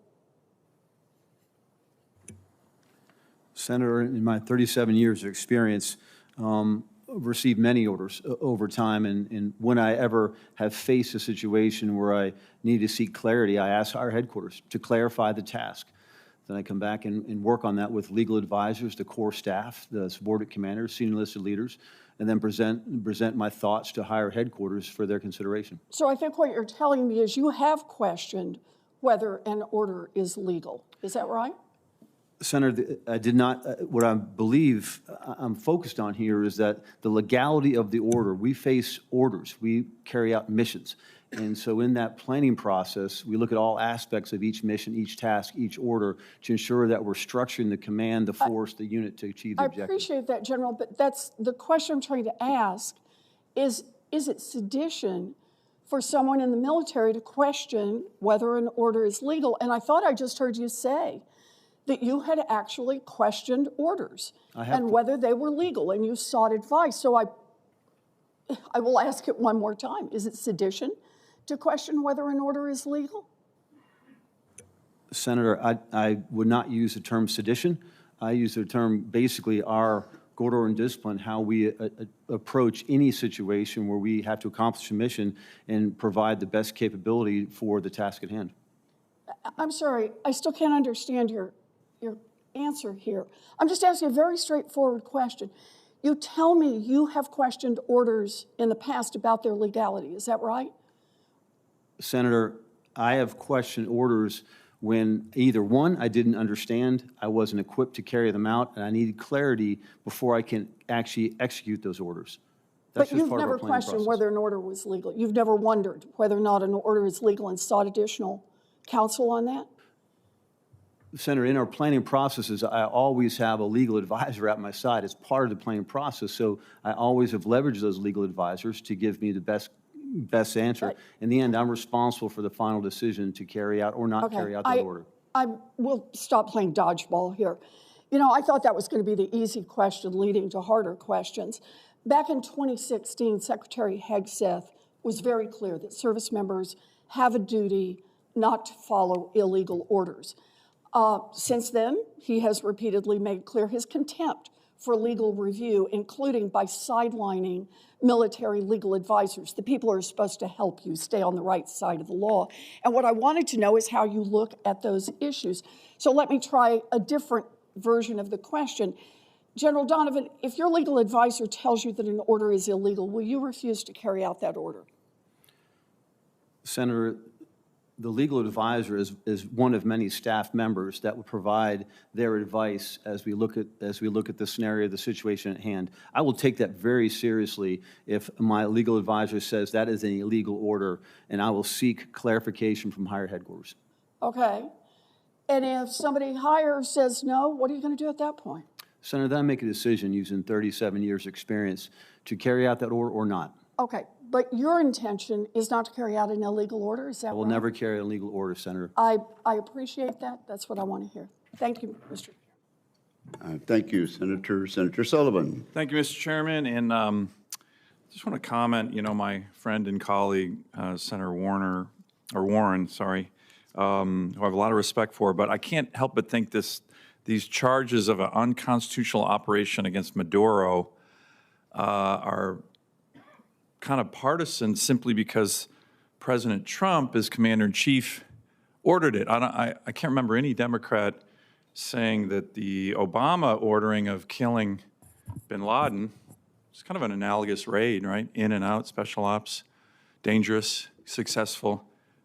I didn't hear any Democrats screaming unconstitutional on that one. Actually, that was a great op by President Obama and took a lot of guts to make the call, just like took a lot of guts with President Trump to make this call on Maduro. Similarly with George H.W. Bush in the invasion of Panama to take down another drug kingpin. Not a lot of Democrats saying that was unconstitutional. That was an invasion, forces on the ground. OLC, Department of Justice, said it was legal. So this unconstitutional Maduro thing, I think it's just partisan, to be perfectly honest. I mean, we all know it's partisan, but I'm digressing here. Gentlemen, thank you for your years of service, decades of service. I really appreciated our meetings in my office last week. I think both of you are highly qualified. I think you need to get confirmed soon. I hope it becomes a very strong bipartisan endeavor for the U.S. Senate to confirm both of you. So let me follow up on a couple questions that we talked about in my office. General Donovan, very quickly, the national security strategy, and I think we're going to be getting the national defense strategy here from the Trump administration soon, is going to have an emphasis, like the national security strategy, on the Western Hemisphere. I think that makes a lot of sense. I think the President and his team are reviving what many of us thought was obvious, but we need to do that. You and I talked about the issue of Southcom as a combatant command that, let's just say, is not as built up as the traditional combatant commands where there's been a lot of activity over the course of decades. And in particular, I'm talking about CENTCOM, INDOPACOM. So if confirmed, and you should be soon, what are you going to do in terms of, hey, we have a new national security strategy that's very focused on ops in the Western Hemisphere, with Southcom as a critical component of that. But let's face it, Southcom has kind of been an under-resourced, understaffed combatant command. How do you address that? Because it's a big difference between what we're asking and what you're going to be needing to do. Senator, again, thank you for that conversation. again, if confirmed, the first step is to do analysis of the capability of the Southcom headquarters and really build on the strength that over the years, the decades, it's been known for that security cooperation approach. Yeah. Not very well funded, and at times, for all the right reasons. The concern is now as we have additional physical assets in place, is the headquarters staffed and structured to maintain, sustain logistics and supply and all the basics, underpinnings of military capability. But as we look forward into operations, as we build those military options to provide to the Secretary based on what we believe the national security strategy highlights, are we headquarters capable of bringing those capabilities together? And I believe we're going to get there, Senator, if confirmed. That will be my drive. Well, let this committee know what you need, because I think that's going to be important. If you're seeing a lack of resources or staff positions and you need legislative authority on that, that'll be important to come back to this committee. We want to be supportive, and I think that's in a bipartisan way. General Rudd, I want to compliment you on your decades of service as well. You know, NSA has a big Alaska hub now, so I want to get both of you to commit to coming to Alaska once you're confirmed. Can I get that? The most strategic place in the world, according to General Billy Mitchell, father of the U.S. Air Force. General? Senator, if confirmed, I look forward to coming to Alaska. General? And seeing NSA Alaska. Senator, if confirmed, yes. Great. Next question. You know, we talked about this idea of offense a little bit. Actually, Senator Warren and you and I talked about this, General Rudd, had legislation after we were briefed last year on the aggressiveness with which our adversaries undertook cyber operations against us. And there was a sense that, especially during our elections, right? Chinese, Russians, Iranians, trying to undermine American elections. These dictators would never stand for election. Let me ask my question very quickly. For dictators that try to undermine U.S. elections through cyber ops, don't you think it's important not just to be on defense, not allow them to do it, but let's go on a little bit of offense, right? The Russians and the Chinese people might want to know that their leaders are some of the richest people in the world. They're corrupt. They're billionaires. How'd they get all that money? They stole it from their people. Can't we let them know that? Can't we go on offense? Isn't offense a good defense to have them not conduct cyber ops against us? Senator, I think we need to have the capability to do both. So is that a yes? Senator, again, the decision to employ those offensively is not necessarily that of U.S. Cyber Command. It's under the direction, but certainly we have to bring the fight to the enemy. Great. Well, if you need those authorities, come back to this committee, because I think that's another big bipartisan issue on the Armed Services Committee. Thank you, Thank Senator you. Sullivan. Thank you, Mr. Chairman. Senator Kelly. On a couple of the topics that Senator Sullivan was speaking about, I want to associate myself with his remarks, specifically for General Rudd here. And we spoke about this in my office. The offensive cyber, the using messaging bots and, Russians, Chinese, North Koreans, Iranians attacking us, attacking our, specifically before elections, and the amount of incoming without a response from the U.S. government, I find rather disturbing. And we've talked about this a little bit on this committee, but also on the Intelligence Committee. And we do need to have a better plan. And there needs to be some form of deterrence. Like, we just can't sit here and take it, which is what I've seen after being here for 5 years in the United States Senate. So I'd like to see another plan as well. If you need authorities, please come to us.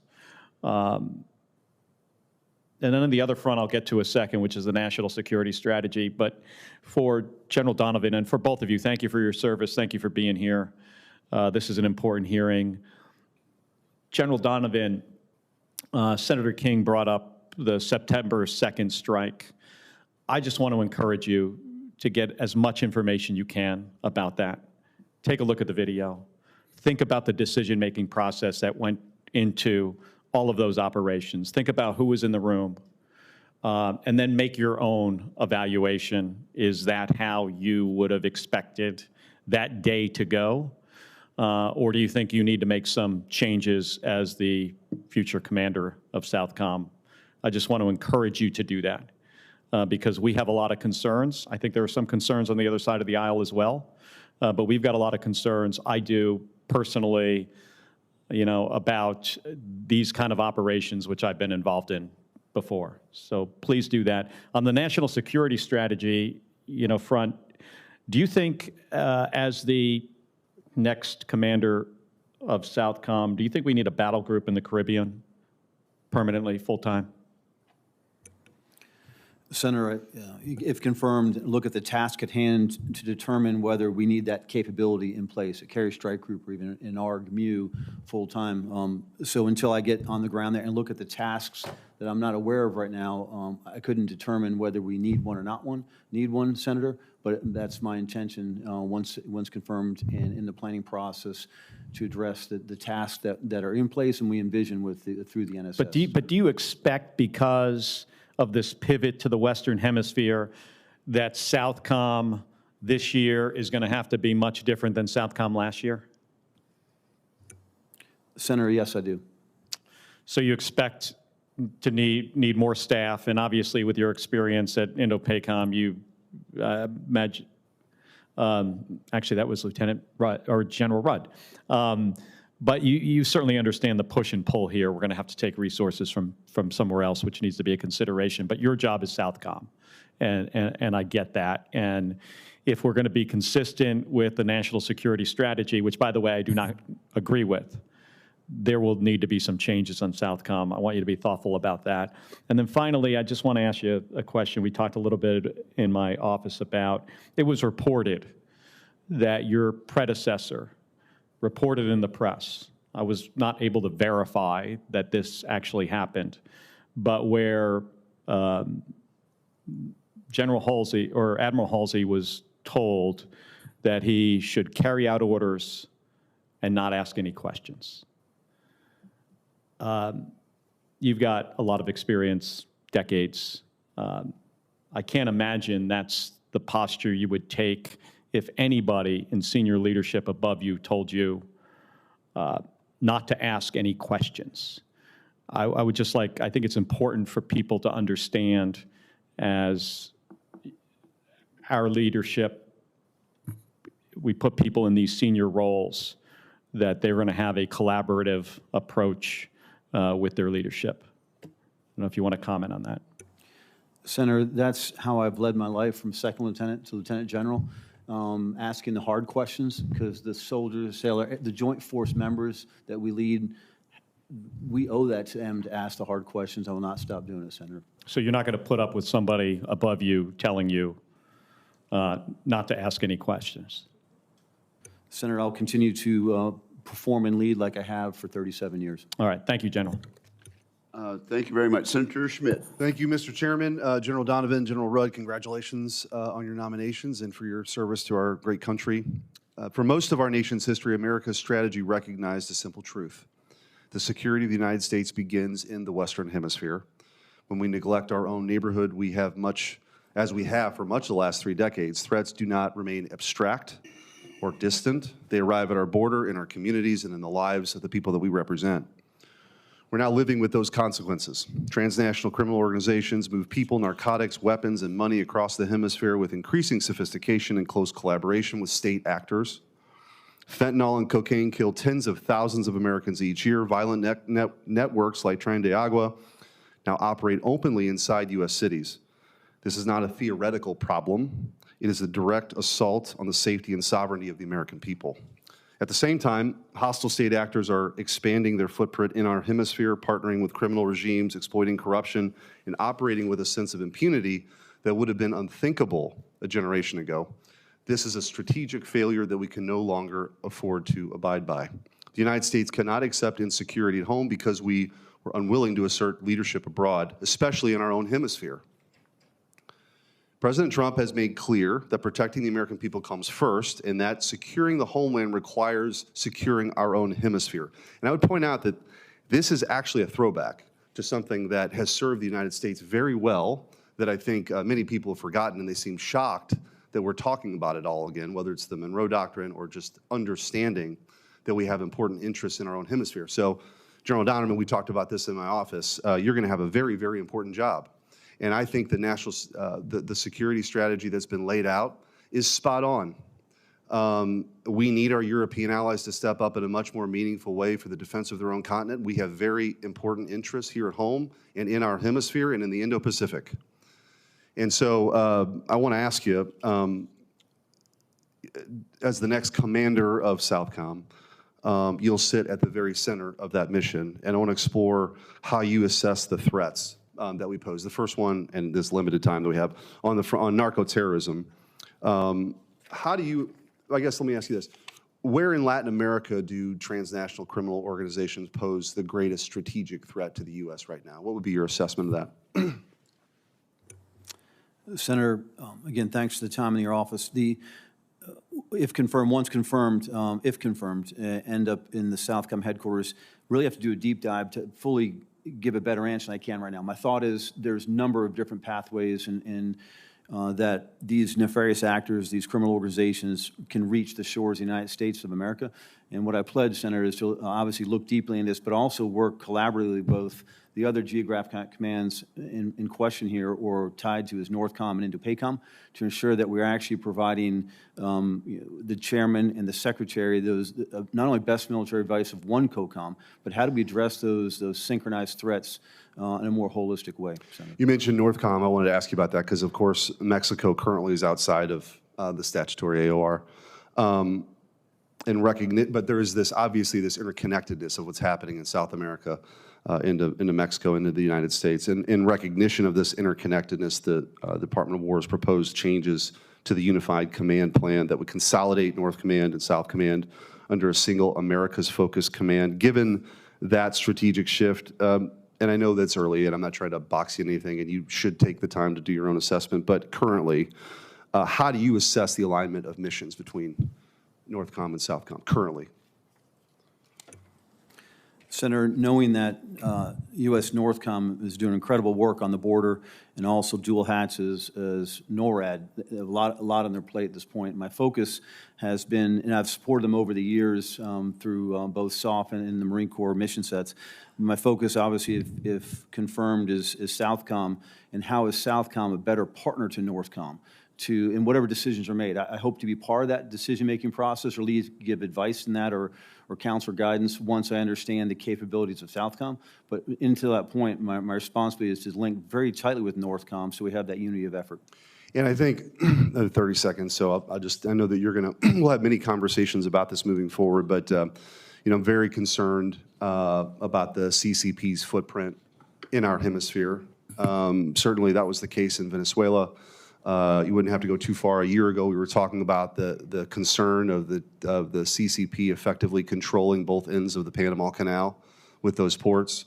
And that leads right into this Greenland discussion. I'm not going to get into that now, but I would say that I'm fully supportive of you, but let's continue the conversation about where China's at. This is a real threat. We simply cannot have our greatest competition adversary setting up shop in our own hemisphere. It's unacceptable. So thank you. Thanks for your service. Thank you, Senator Schmidt. Senator Slotkin. Yes, thank you for being here. Thank you to both of you for the time yesterday or a couple days ago in my little hideaway. General Rudd, we talked about this, but as a former CIA officer who worked alongside NSA, my whole career and proudly participated in operations targeting foreign terrorist organizations, foreign adversaries.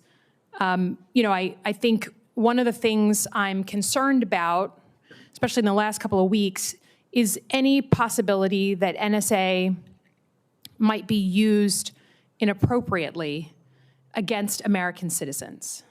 And, you know that NSA is governed by the National Security Act of 1947, an Executive Order 12333, and even by FISA law that this body passed in as recently as 2024. And I think this is pretty relevant. We have the Secretary of Homeland Security, Stephen Miller, the Vice President of the United States, labeling people in Minneapolis as domestic terrorists. and talking about American citizens as if they are the enemy.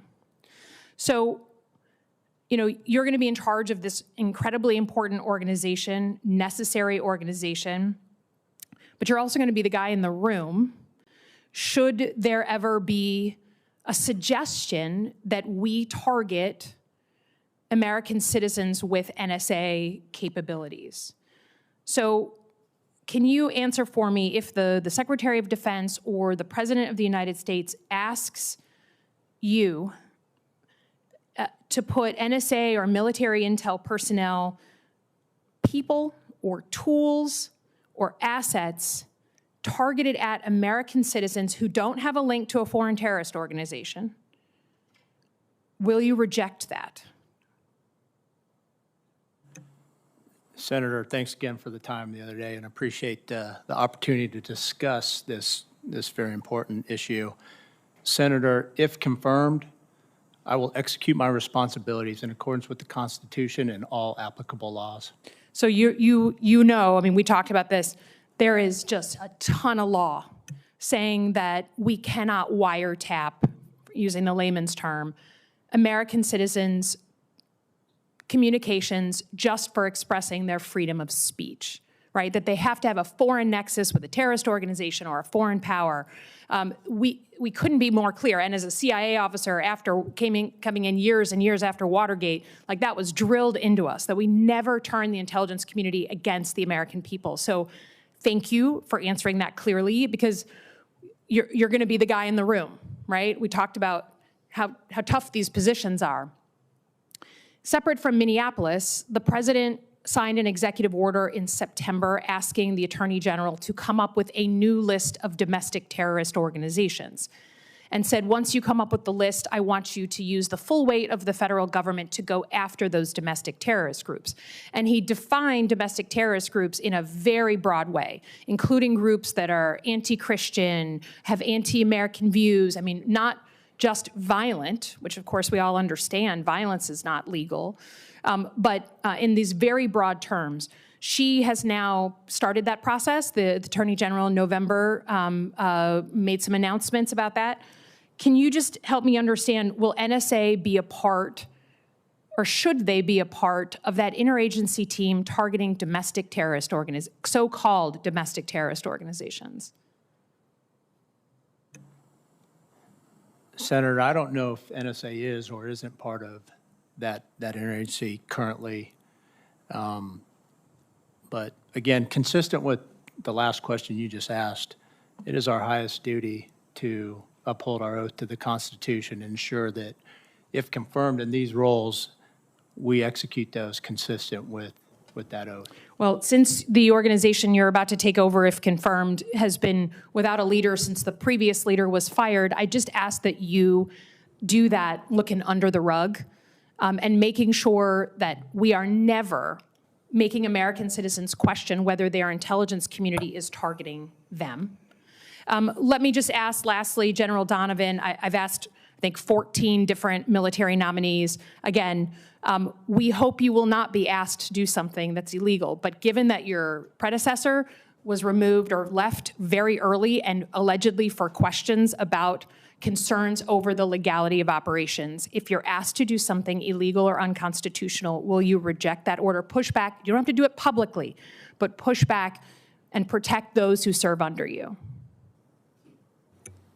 Senator, yes, I will. That's my constitutional responsibility. Thank you. Yield back. Thank you very much. Senator Banks, you're recognized. Thank you, Mr. Chairman, and congratulations to both of you on your nominations to very important posts in our United States military. General Donovan, Communist China was a main supporter of the Maduro regime and has a growing presence throughout Latin America. How is China at large supporting threats to the United States, specifically in our hemisphere? Senator, again, how I look at that question, again, and obviously not in position yet, and if confirmed, this is a priority, but just normal study in life. You look where China is infusing themselves into key locations in South America, specifically lines of communication, ports, airfields, roads, tunnels, Panama Canal, everywhere that they can gain influence, they can gain access and placement to not only increase their capabilities or their desires, but to counter ours specifically in a time of conflict. Can you talk more about how the Maduro regime specifically worked with Communist China to expand their influence in the Western Hemisphere? Senator, I do not have any additional details on that, but what I pledge is that if confirmed, I need to dig in deep into that because I believe we'll see similar patterns throughout the region. Going forward, though, what actions would you like to see from the new government in Venezuela that would tell us that they are decisively rejecting malign Chinese influence in our hemisphere? Senator, not privy or involved in any decisions right now and discussions. I believe most of those you're referencing would be policy or diplomatic.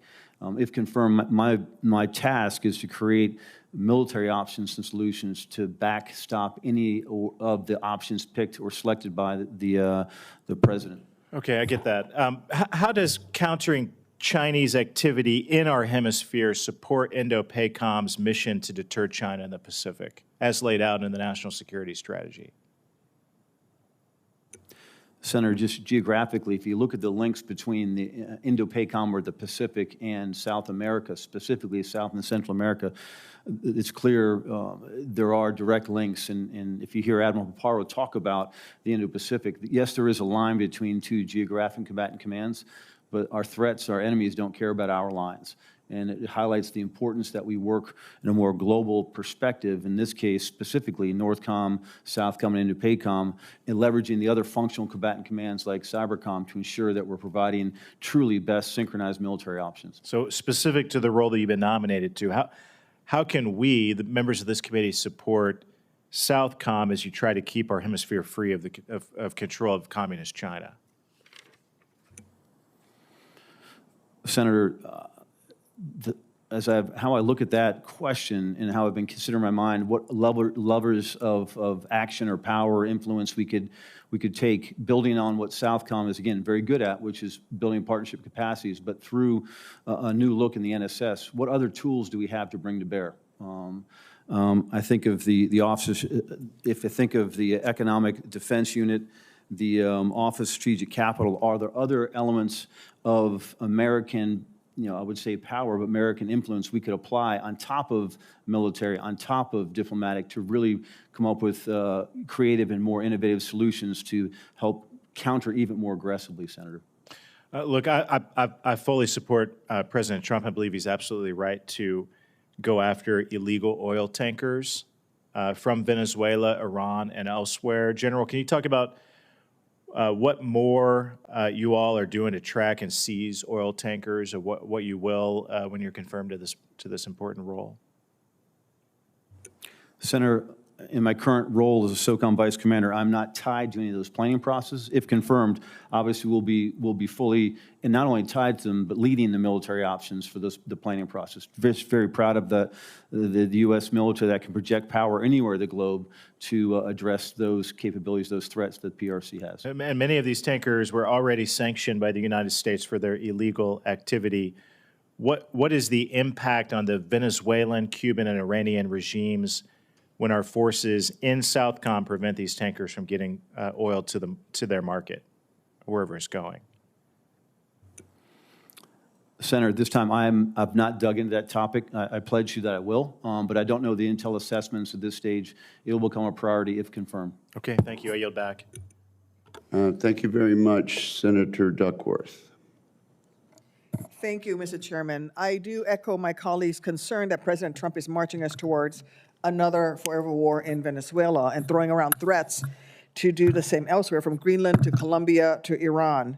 After 23 years of service in the Army myself, the lessons that I learned as a young lieutenant about the professionalism and code of conduct and ethics of military officers remain with me to this day. I know firsthand the costs in blood that service members and their families suffer when an administration like this one uses military force based on a flimsy pretext. This administration has come up with very questionable legal justifications what they're doing. They've untethered to any real national security threat with no realistic planning about what comes next. The administration says that it's all about warfighters, but we all know that it is fast to betray our warfighters.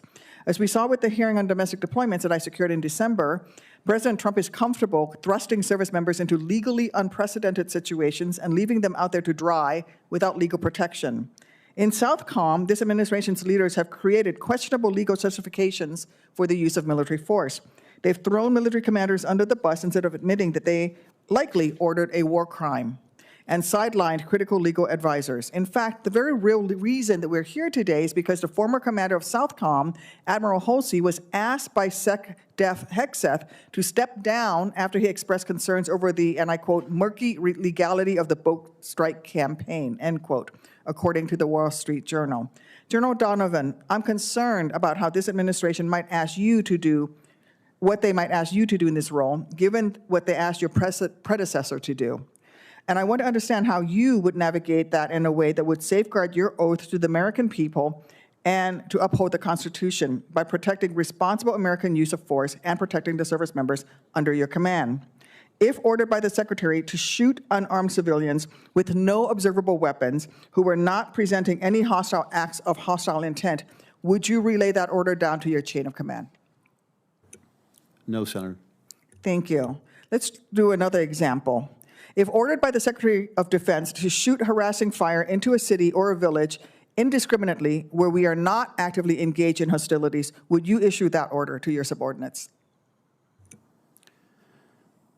Senator, I believe the hypothetical aspect of that question, I have to identify that that is a very significant, serious question that I take to heart, for the fact that the detail and the planning process to get to a point where one of those very hard decisions have to be made, that's a significant effort, a commander-led process in planning to ensure that all aspects of the operation take consideration, to include the legal advice of the legal counsel on that planning staff.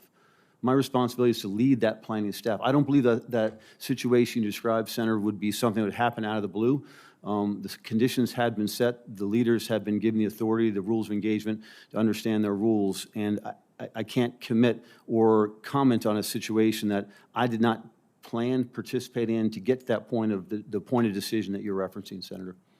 I think this is a pretty straightforward answer. Let me try a more straightforward answer. Do you agree there would be a crime in international law under the Geneva Conventions for the United States military to conduct violence toward persons who are taking no active part in hostilities or have laid down their arms? Senator, again, I would like to really better understand the situation that is being laid out here in the staff planning process that got there to that position before we'd have to make that very hard decision. Okay. Well, I'm really troubled by that answer because the specific examples I cited are not hypothetical. President Trump pardoned a former Army officer, Clint Lawrence, who was convicted of murder by a jury of his peers for taking these very actions against non-combatants. In 2012, Lawrence ordered his soldiers to fire upon 3 unarmed Afghan men, killing 2 and wounding a third. Lawrence was known to act with impunity. He pointed his weapon at a young child, ordered soldiers to fire from a tower in the general direction of villagers, and lied about receiving hostile fire, and even instructed one of his soldiers to falsify a report after the murders. And this is a man that Sec Def Hegseth calls a good guy. These are the types of disturbing, lawless actions that the Sec Def and the president regularly glorify. Trump has bandied the term hero to describe the likes of Eddie Gallagher, who posed with the body of a deceased teenager and who his fellow Iraq veteran said was, quote, okay with killing anything that moved, end quote. Let's be clear. President Trump is creating a climate in our military where lawlessness is rewarded, not punished. A climate where it is even realistic for me to ask you, what would you do if the President's Secretary ordered actions that amount to war crimes? And it disturbs me that you could not answer those last 2 questions. Thank you. Thank you, Senator Duckworth. Senator Rosen, you're our final questioner. Well, thank you, Senator Wicker. No pressure there for the final questioner. But thank you, Chairman Wicker, Ranking Member Reed.